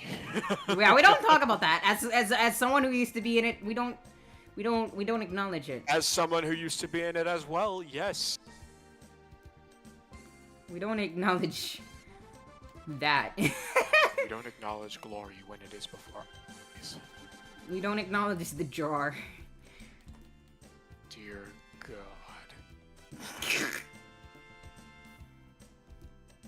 I don't have to worry about the atomically correct car. Uh-huh. The atomically correct car. But yeah, no, like again, I've been thinking about it. I'm probably just going to make a whole video of like a thorough critique of the Helliverse from a former fan. That's just going to be the title of my like video essay, because I'm so tired. I'm so tired. But yeah, no, like Viv wants to have her cake and eat it too all the time, and it's just like, oh, I'm gonna put my head through a wall. Wants to have her cake and eat it too, but none of those characters have cake, I'm sorry. You know what? Why is all of her characters made like sticks? Maybe you can make an argument for, what was her name? One of, wasn't it a literal joke in the more recent episodes? I haven't watched many recent episodes because obviously I'm out of it, but wasn't one of the most recent episodes like showing that Blitz has an entire party, like there's an entire party of people who were wronged by Blitz when they were in a relationship with the guy? Yeah. And Stolas goes there or some shit like that. That also reminds me about like, I'm gonna let you continue, but like, from what I know, here's the thing. From what I know, in the hell of a show, right? In that cartoon hell show itself, right now they're going in this weird direction of Blitz making it up with the people, like the main people he's wronged, like Fizzaroli, Verosica apparently, like in the most recent one. when it comes to that party episode. Stolas as well? Question mark. I don't know. That shit is weird, toxic yaoi. I'm gonna be real. I hope it's doomed yaoi. It's Viv. You know it's not gonna be doomed. It's yeah, exactly. There's only gonna be a happy ending here. Yep. But yeah, it's this whole thing where that's nice and all, but isn't it hell? Why? Oh yeah, no. Oh, that reminds me about Apology Tour. As someone who's watched it, they use in universe the excuse of it's hell. That's why everyone sucks. And I'm like, I'm going to gut you like a fish in Minecraft. Yeah, like it's hell, but they're so afraid to make it so that characters are morally ambiguous. So many times the characters need to be, how do I say this? And I'd like to argue excused. Like just because it's hell doesn't mean that you can't have consequences. Because that's the ironic thing. Because the person they have saying that is Blitz, the main person who's going on an apology tour about the wrongs he did, while he goes on about this being hell. I'm gonna have an aneurysm. Oh my god. Like, that's what pisses me off. And, like, I liked it at first, but then I turn my brain on, and then all the problems start, like, popping up. Because, like, I like to say that I, like, can keep my attention even on the most boring of stuff. But if you don't know how to make even the most boring stuff entertaining, I'm gonna start skipping around the episode. And that's how I usually can tell when something is, like, really bad in quality, where I'm skipping around for majority of that episode, movie, whatever. If I'm using the luxury of this being like viewed at any time I want to, and therein skipping around to not deal with something, there's a problem. And I'm not a bastion of quality. I liked this show for as long as I did. Obviously.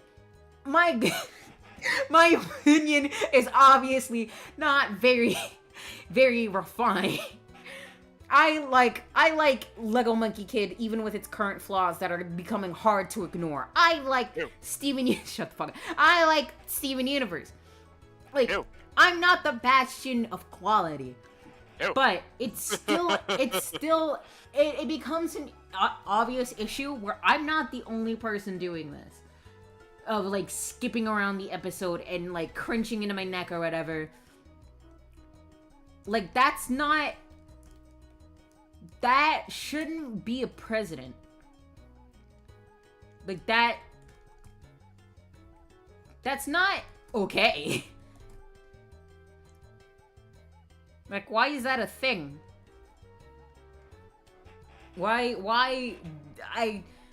Like, again, quality control. They would benefit from it. They just need to pull out the document. Consult the advice orb. I like my advice orb. It's just this little thing that I listen to, and I like it.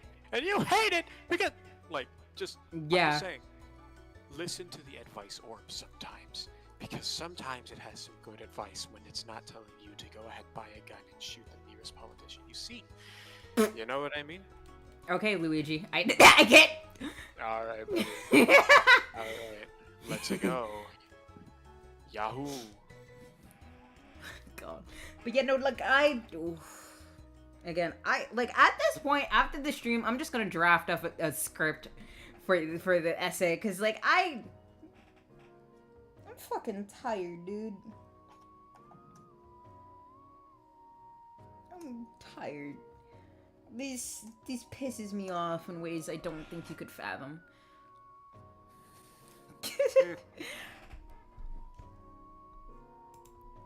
Wait, hold on. You know what? Maybe when it gives you a schizo recommendation, maybe listen to it.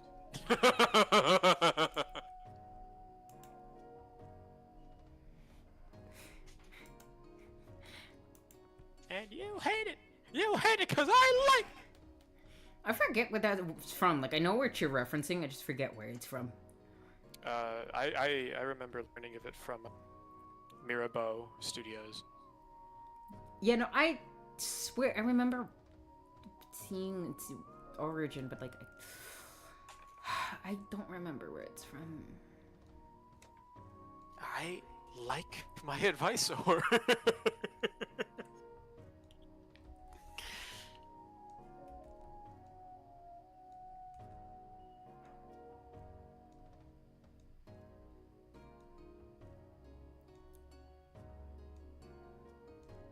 Yeah, I will be streaming tomorrow. I need to start posting my schedule in my community tab. I'm gonna do that after tomorrow's stream. Like for the next schedule, I will post the I will post it in my community tab. But like, God.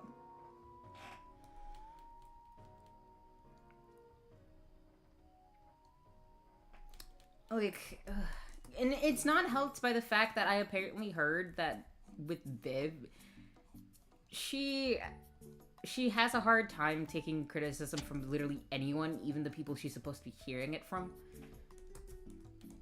I mean, there's a reason why a large number of like cleanup crew artists and people around her have kind of gone ahead and distanced themselves, even if they've not publicly said anything. It's they unfollowed, they said not gonna be working on anything, right?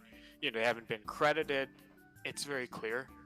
Yeah, and like her reputation only continues to precede her more and more. Yeah. Unfortunately, which sucks, because I remember an era where I used to watch this thing known as the Honeycast. From what I heard. Yes, I know. I know. It's so heartbreaking what we already know. I'm so sorry for Ashley. And just oh god. I mean, she's like about to post her own pilot and whatnot too. So like, yes. Still, at least, I'm sorry. You know, she still got done dirty. Both of them. Yeah. Michael and Ash. Yeah. Again, Viv wouldn't be. I'm gonna have an aneurysm. Yeah. Okay. Oh my god. Anywho. I remember Viv appearing on those streams, and I remember like hearing what you had to say and saying, you know what? Yeah, I vibe with this. I agree with this, and it's just a whole thing where like, shit, I guess I don't vibe with you. Yeah, it's just like you want to see people get better, but it's up to them. I'm cutting this episode down a few pages because, oh my god. Oh no, I don't think I should actually. Okay. Ugh. The classic advice is basically just listen to your advice document. Listen to your pitch Bible. Listen to what your lore document. Wait, doctor's asking what happened to Ash and Michael. Do you want to explain it or should I? I can just give you like a very, very quick rundown. It's not that either of them like. Oh no, yeah, no, they weren't bad people. Yeah, it's not that either of them were bad people. Recently, things have been. I hate talking about it because it's a personal thing with their personal lives, but they did share it publicly. Do you know what I'm talking about, Ace? With this situation. I think you're probably gonna have to explain that too. Well, they're no longer together as of now, from what I know. Oh, no, I was rooting for them. Yeah, as of now, they're no longer together because, from what I know, Michael is in therapy right now. Neither of them are necessarily bad, from what I know. Like, I'm gonna respect. I only saw Ashley Nichols's community post on the matter, and I'm a bit foggy, so I might be getting some details wrong. But I remember that she doesn't want any hate going toward him. Things are still as smooth as can be. I mean, when it comes to the breakup, nothing is ever smooth, right? Especially when it was kind of public and like, part of the Yeah. whole cast bit. You got to see them, but things are, going as well as things can when it comes to how we're seeing things. Yeah, I can only hope that Michael gets, has a, I can't say good time in therapy, because Good time. if you're going to therapy, you know what I mean, things must Yeah. be going on, right? But can only hope that Michael, it comes out of therapy well, and I can only hope that Ashley comes out of the whole situation that they broke up over. I think it was. God, I hate talking about it because it feels like it feels like I'm airing out some dirty laundry to like an entire even though I don't know them, and from what I know, this is public but, like, knowledge. Yeah, but no, it's if a it's whole public, thing where if it's public, I think it's like still free reign, Yeah. as long as you're It's free respectful reign. about it.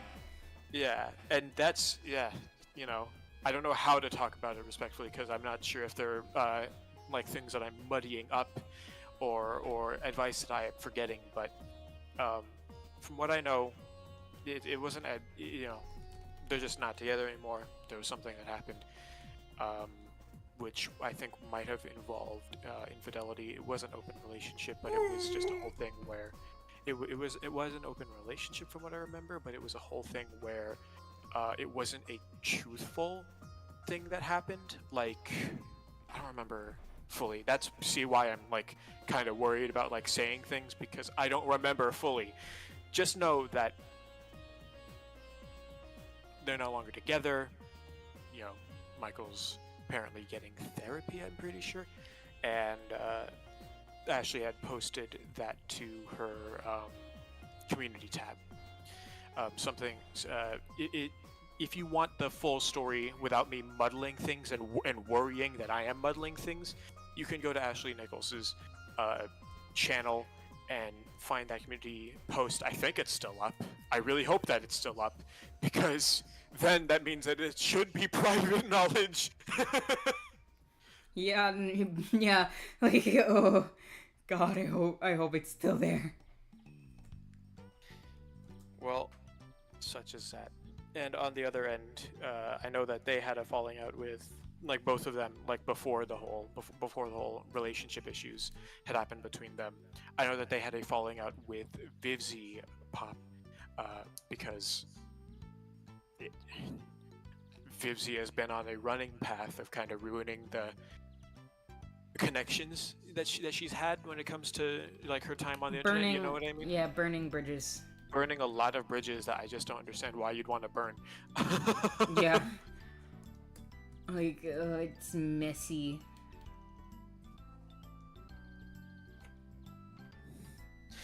I feel so bad for planning on making this joke, but there's that whole meme of like there's two paths. One is like leading to like a dark Shut castle. up! Oh no. One is the Vivzy Pop path and one is the Gooseworks path. Yeah, no, yeah. Like, no, like, I'm trying to think of like the good path is like Gooseworks, Serpello, SMG 64. Yep. And then the bad path, it's like Vivzy Pop, Chris Santiano, I think his name is. Oh. Like, Darren Nefsey, like, that's actually really bad. I lumped a sex pest with just people who are really bad at being writers. Like, that's a juxtaposition if I've ever like said one, but like my point stands. People who fell from grace. We'll just say that. It's not that they're on the same level as the sex pest, but people who had connections, you know what I mean, had formed part of the community, getting outed from the community for something. Yeah.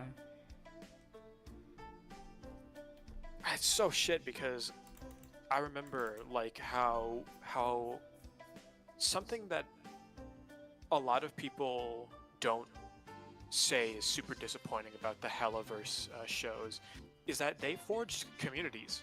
You know what I mean? Like a lot of the VAs. That's another thing. That's actually another thing of like how a lot of people are the shows were made to make a fandom first and to tell a story second. Yeah. It's not even that. It's not even that they made fandoms that people, like love these shows or loved these shows, right?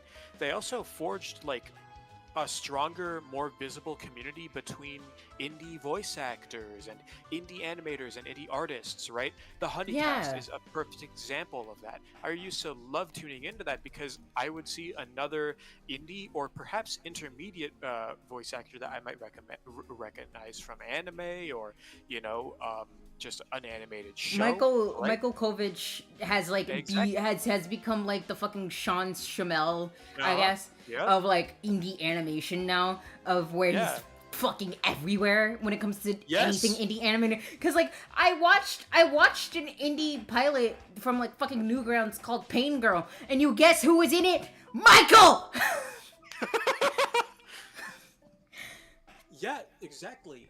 It made a more visible and active, I'd say, like actively visible community. It forged things. And that is obviously in part because not only of Has Been, but also because of things like the Honeycast and people who started talking about the show and started talking with people who you might recognize from the Honeycast, people who are indie voice actors that are intermediate. They might get into some video games and anime, but nothing that's super A-list, right? Um, and sometimes A-list actors will just come in and join in on the fun, and it seemed like this interesting community that was so enthralling to look at. You know what I mean? Like And view. And of fucking course, even after the kind of fallout from these shows beginning to fall from their original grace, right? These groups are still together because of other indie and animated projects. Digital Circus is still going very, very perfectly well, from what I know. I it, haven't even it, watched the it most recent Digital Circus yeah, episode because like as well. it literally got on Netflix and was one of the top 10 almost immediately once it got Yeah. on there. And not Yep. only that, it got a deal in Japan and Hot Topic.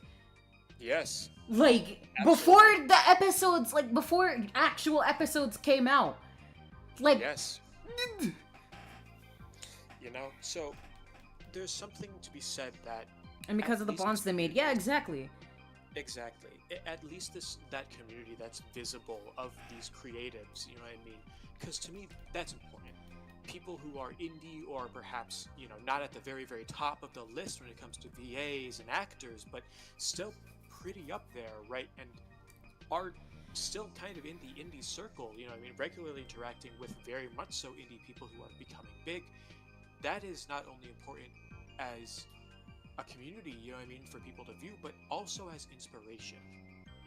Whether it be that you see that community and you say, "Wow, I would love to be part of that," you know what I mean, and work towards making your own projects, or just seeing how people have come together and form bonds and also, form creativity, right? That's to me, that's an important part of any community, whether it be VTubers or indie, just in any form of indie creative people coming together to you know create things, voice in things, help each other's out, help each other's projects out, create music for them, right? Clean up animation for them, provide character design advice. You know, there's Yeah. something addictive about that, and that's why it's so heartbreaking to see the Helliverse shows in such dire straits, because it can't be denied they helped craft the indie animation community. You know what I mean? This indie animation community, which bleeds out into other communities like video games and, you know, music and even non indie shows, right? Because these people who got their names from indie animation got big and were able to get onto these big projects. Yeah, And because that it's actually sad. reminds me. It's sad to see One of the special that. effects, Mhm. um, yeah, one of the special effects people of like has been, not has been, Helva. One of them, they were, who was namely for the work they showed was namely on episode 5 of season 1 and episode Mhm. 3 of season 2. doing the lighting and stuff like that, they were able to work with Dana and Glitch as a whole for the Knights of Guinevere teaser. Well, there you go. You know, and that's why it's so sad to see those shows fall from grace. You know, to see the Helliverse shows become these laughing stocks. You know, to see Vivzy Pop writing appear everywhere, like blank if it was written by Vivzy Pop and it's just a bunch of fucking censored cuss words, not even censored, right? Yeah, it's just, you know, it's just fuck out the ass. Yeah, exactly. And that was funnier. That was funnier than any other. No. Yeah, you know, it's just like, this whole thing where, and it stings more when you realize that she can create, she can produce this, that, and the third. She just sucks. Cause like, for example, like one joke that I got that at least made me at the very least made me exhale out of my nose was like the episode 7, I think it was episode 7 or episode 8 of season 2 of like Mamon's Magnificent whatever. I'm not saying the entire title, but that one, it like the credits, like the credits start at the beginning instead of the end, and then like when Mamon goes like, if you're a woman, you better stop now, you better quit your dreams now, because I'm gonna be honest, women just ain't funny. And then written by Vivian Mandrano like slowly shows up on screen, and then it goes, anyway, like that's funny. okay, that's funny. that's funny. I'll give her that.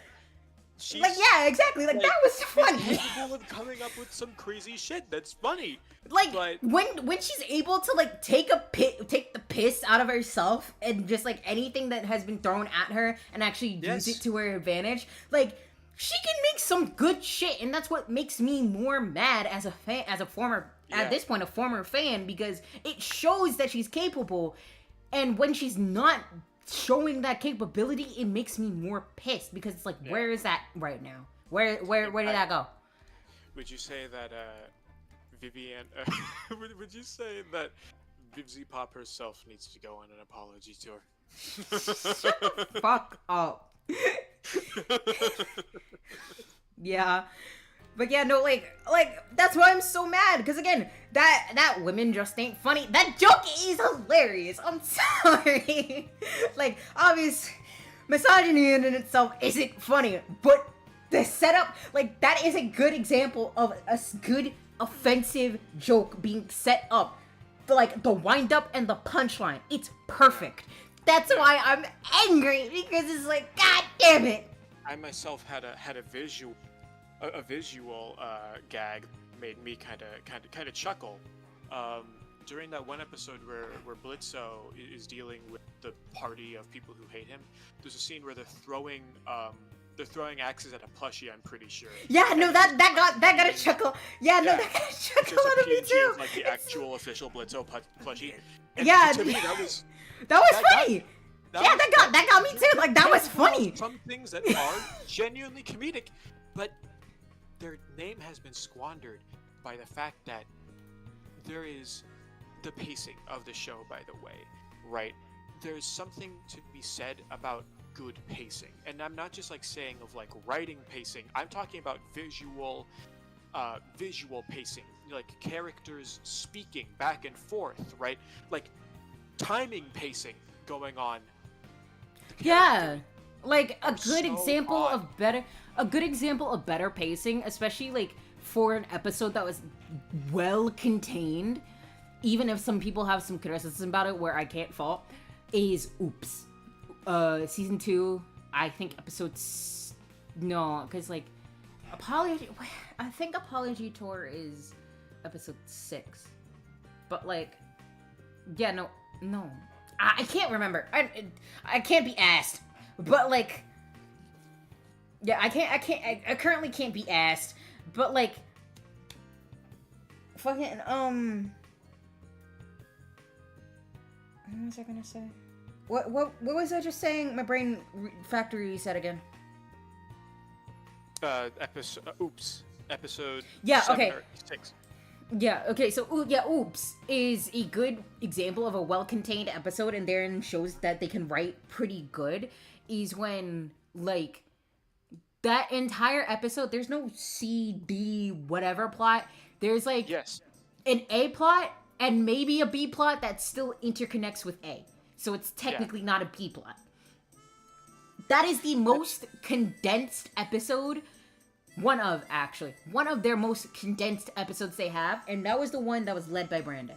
And I don't want to, like, seem, like, up the ass with Brandon, because a lot of people will be like, oh, the show's decent, like, the decent stuff is because of Brandon. No. Like, obviously, like we just said, They both have their own strengths. Yeah, Vivzy can be funny. Vivzy can write. She just doesn't know how to constrain herself. And that's where it becomes an issue. And when she's leading something, she's too sensitive to let people tell her to roll it back. Here's something that I've realized about the show. When it comes to that B plot, A plot, C plot, D plot, like shit, there'd be so many things going on in a single episode, and they try to wrap it all together, but it just doesn't work for a 20-minute episode time span on average, right? For example, there's that one episode where Stolas gets kidnapped by Stryker, and it's a very tense scene, right, where Stryker is, you know, kind of tormenting Stolas because Stella had asked him to, right? But then it switches back to Blitzo and Luna in the vet office, and in the middle of a fight. In the middle of, like, it's switching between the actual tense fight that you care about with Stolas and Millie and Moxie and Stryker, right? And then there's just Blitzo and the vet chasing Luna around, and it's just like, oh, and at the end, you know what I mean? At the end, they meet up with Blitz, and he sees Stolas being wheeled into the hospital. He says he could get hurt, and then, oh god, that episode. Which that actually makes no sense when Stryker explained to him, like, himself, and was told by Moxie too that yes, he can get hurt. That's why he was sent to assassinate him in the first.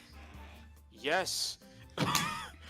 It makes no sense because, like, Blitz coming along to make sure that Stolas is safe in the second episode of the series makes completely no sense.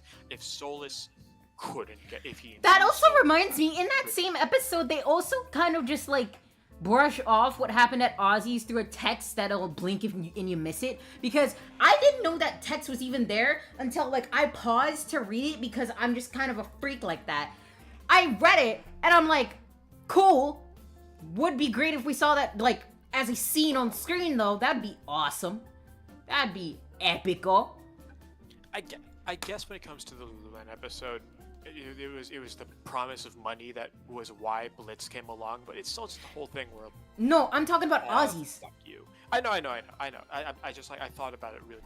We're talking about Ozzy's, and what you mentioned about Ozzy's reminded me of another thing. Do you remember that one where they go to Hollywood and it's awful, and it's the one where Luna's trying to find they're trying to find Octavia, and Luna's the only one who finds Octavia while Stolas and Blitz fuck off and do anything else. Guess and what? Like, I guess in universe it makes sense because they were like I'm going to put this in big bold italic text. In universe it makes sense. Written as a plot point at all into existence to that said universe makes no fucking sense.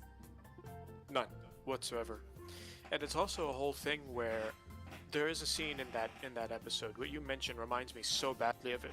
There's a scene in that episode where a guy gets, like, the water poured on him, right? And initially, and then he starts, like, smoking and running around, and, you know, he's in pain, right? And initially, I thought it was like a play on, like, how people who direct like that are just not humans. So they're like, yeah, I thought people. that too. Yeah, like, if you ever hydrate them, they're gonna start, like, smoking. And admittedly, if there was any lead up to that, I would have kind of found it funny because it's true. Apparently there was.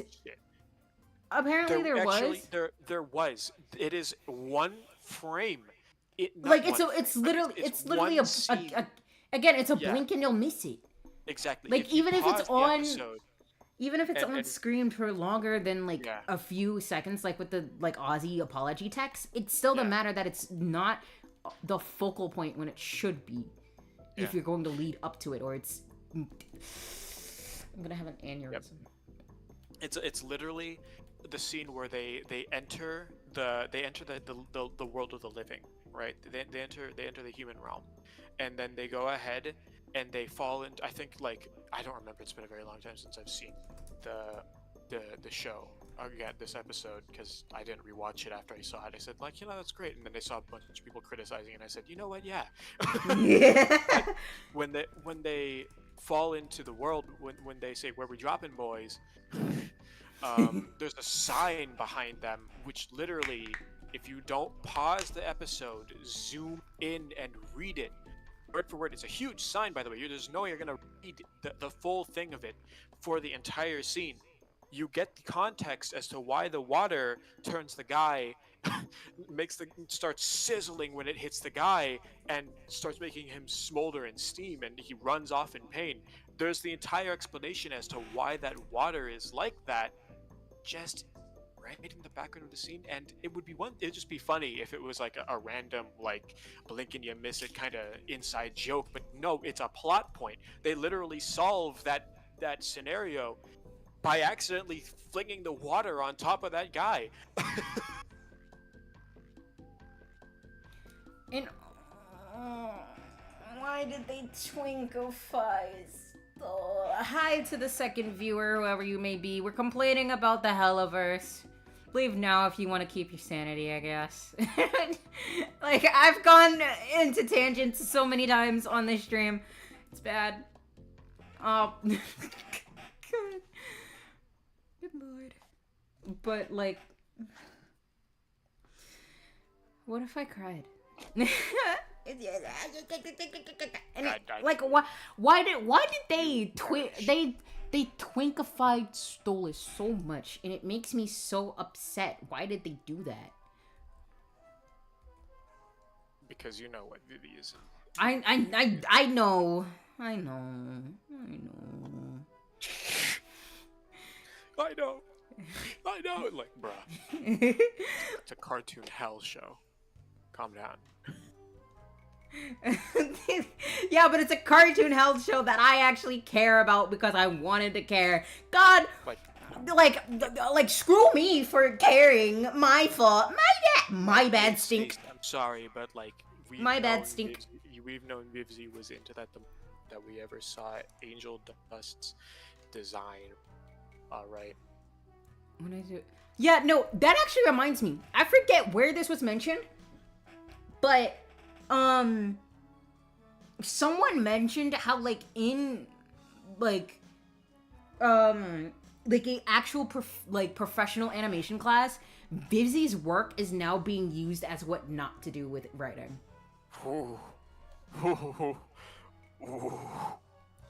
Like, and that actually reminds me. So, funny bit, right? That actually remind me. So, do you remember how you were mentioning something about, like, connections and whatnot? We were talking about that, burning bridges or whatever. That, I'm friends with someone who works with, like, actual professionals in the animation industry, right? And they, again, like I said, they mentioned how, Vivzy's work is used as a what not to do. And a lot of, like, and it's, like, dissected, like, bit by bit of, like, what not to do. Bro. And, Yikes. like, her writing, her character designs, especially for animation, the way she handles herself. From what my friend told me, a lot of professionals go on to say that, don't do this. This is what you should not do. And, like, she's not even used as an example of, like, in a good light, if mentioned at all. Like, it's that bad when it comes to Vivzy in the, like, the industry. That's why I'm, like, becoming less and less scared to, like, shit talk her. Especially publicly, when I want to be in said industry. I don't say this on a regular basis because I think that it is. It's a term that needs to be said rarely in order to have effect. It's generational. That is a generational fail. Yeah, it's it's it's bad. It's really bad. I don't know how I would be able to live if I had the that like I was used in like some kind of creative class as don't do this. Don't do this. Don't handle your shit like this. Don't do Yeah, this. cause like side tangent, that's what happened to Jan Dev in my comp sci class. Like, I'm not joking. That happened. That not just my comp sci class. I see comments in some Jan Dev videos that talk about how like, yeah, like Jan Dev is used as an example of what not to do when making a game. It's that bad.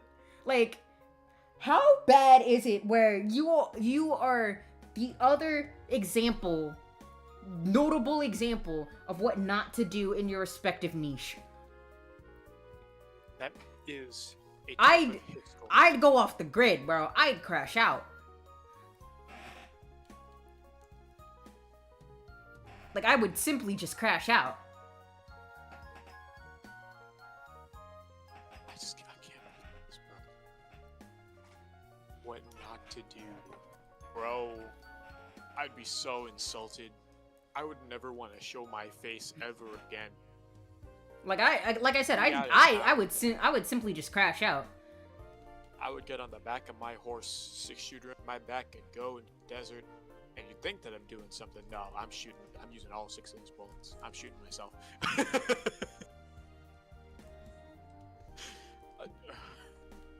God. But yeah, no, like, Doctor, that's what you're supposed to do. Even if you don't have everything planned to the T, you need to know your beginning, middle, and end. You want to work backwards because you want to know how your story ends, or at least a good deal of how it ends, before you get into how it begins, or at least have both figured out at the very least. You want to have your beginning, but like knowing your end, you can rework your beginning however many times you need to, and then get into your middle of it, you know?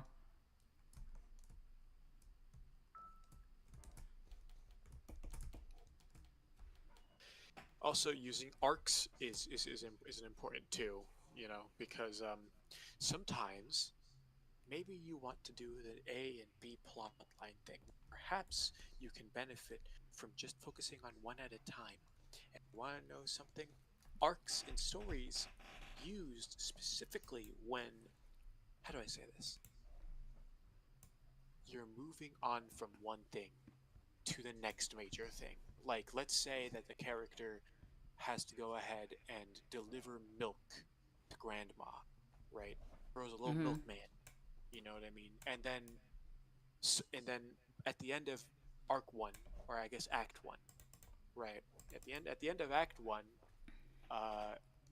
he finds out that grandma's funhouse made terror that is morphing before his eyes is actually secretly being controlled by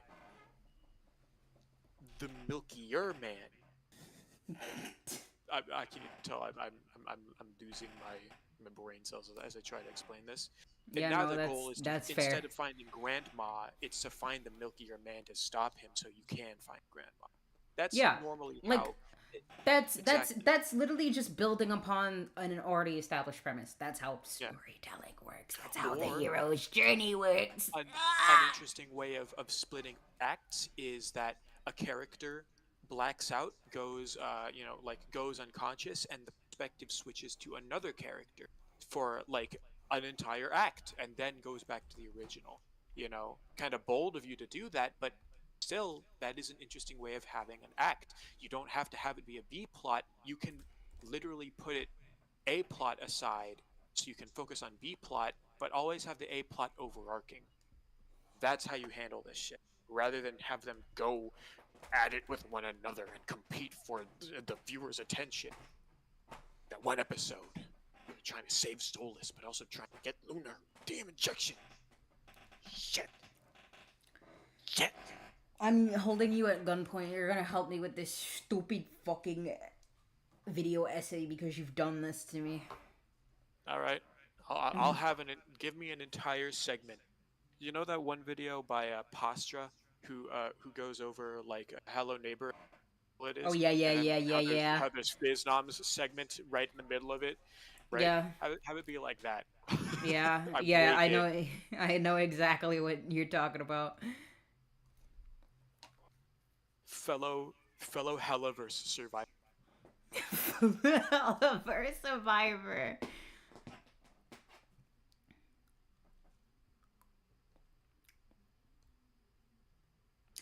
I wish I knew what these terms meant, Doctor. However, I don't. It's been a very long time since I saw a single episode of Bionicles. I'm gonna be real with you, so I'm sorry. Yeah, like I don't know what you're talking about, Doug.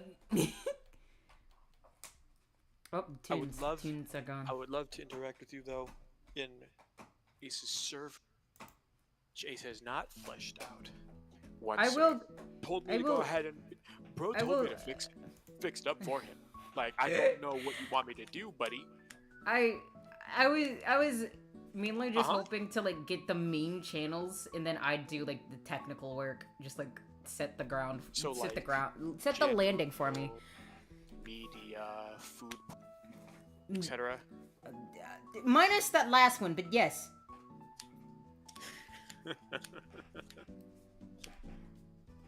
I'm still not over the fact that that's an actual channel. But like in the server that I'm in, from Yeah. Why not? It's literally a term for just good looking. Sure. Cool. Whatever floats your boat.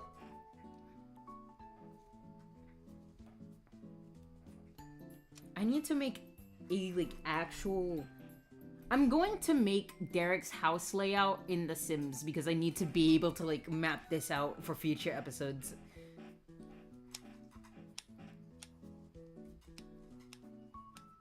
Oh, you're like me. You use video games to map out housing. Just use like actual houses you've been to. It's crazy.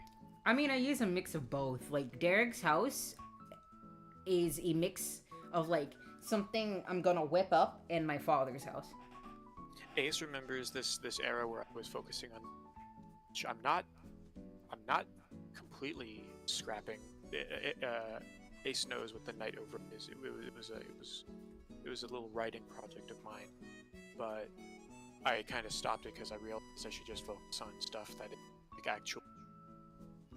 Yeah, I was kind of like teasing a bit with like three-dimensional in there too. Like it was titled Renatural, but like I might use that again, maybe. I don't know if I really feel like it, but yeah.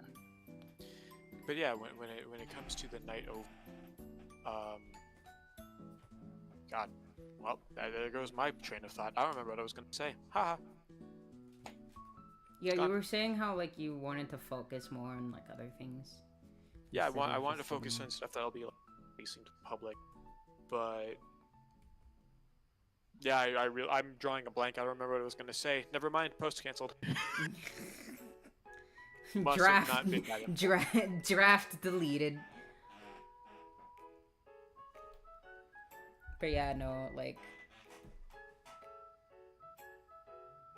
I'm so tired. That drained the shit out of me. I hope you know. I did not expect to be having an hour's worth of conversation the hell up or something. Like, shit runs deep, bro. Iceberg this shit. With that, I might have to go ahead and head out. I mean, I was considering like ending stream anyway. Like, I'm tired. My like body is betraying me. Like, my entire like waist down is starting to really hurt. When I say I'm made of paper, I mean I'm made of paper. Oh, ow, this like genuinely hurts, so I do need to wrap this up. So yeah, that I know this was mainly me making my comic, but I had to get that off my chest. That Mainly shit. you making a comic. No, this was mainly you talking about the Helliverse. What Yeah, it was supposed to be mainly me making my comic, but you know, things happened. Anyway, thank you all for coming, even though it's like one person. Numbers, grr, numbers stinky. Anyway, I'm going to head out before I like get paralyzed from the waist down, like genuinely. Ow. Delicious. Doctor, no promises. Because if I'm feeling like this, I don't know how I'm going to be feeling by tomorrow. It's a good 12 hours till then, though. But, There's a lot that I would love to talk to you about, Doctor. So, Ace. yeah, I'm going to make a streaming channel in the Discord, so, like, co-hosts can actually I'll join be it. sure to go ahead and help you out, and I'll make the channels at every single. Anything beyond that, it's up to you. Okay. Yeah, but yeah, I'm gonna head out. My body is telling me to get off or I die. My body is telling me. Shut! I'm gonna like execute you. Anyway, let me go. Let me stop dawdling. Also, sorry to the second viewer that probably came in to check things out. I'm dying. I'm a Victorian child made of paper. So, you know. Anyway, I hope you all have a good night and take care. If I'm well enough, I will stream tomorrow. So, and that will be the last stream of the week. So, I will be taking off Sunday. So, Well, crazy. sure. Anyway. Bye-bye, chat. Bye-bye. Bye forever. Oh. Oh dear, none of that now.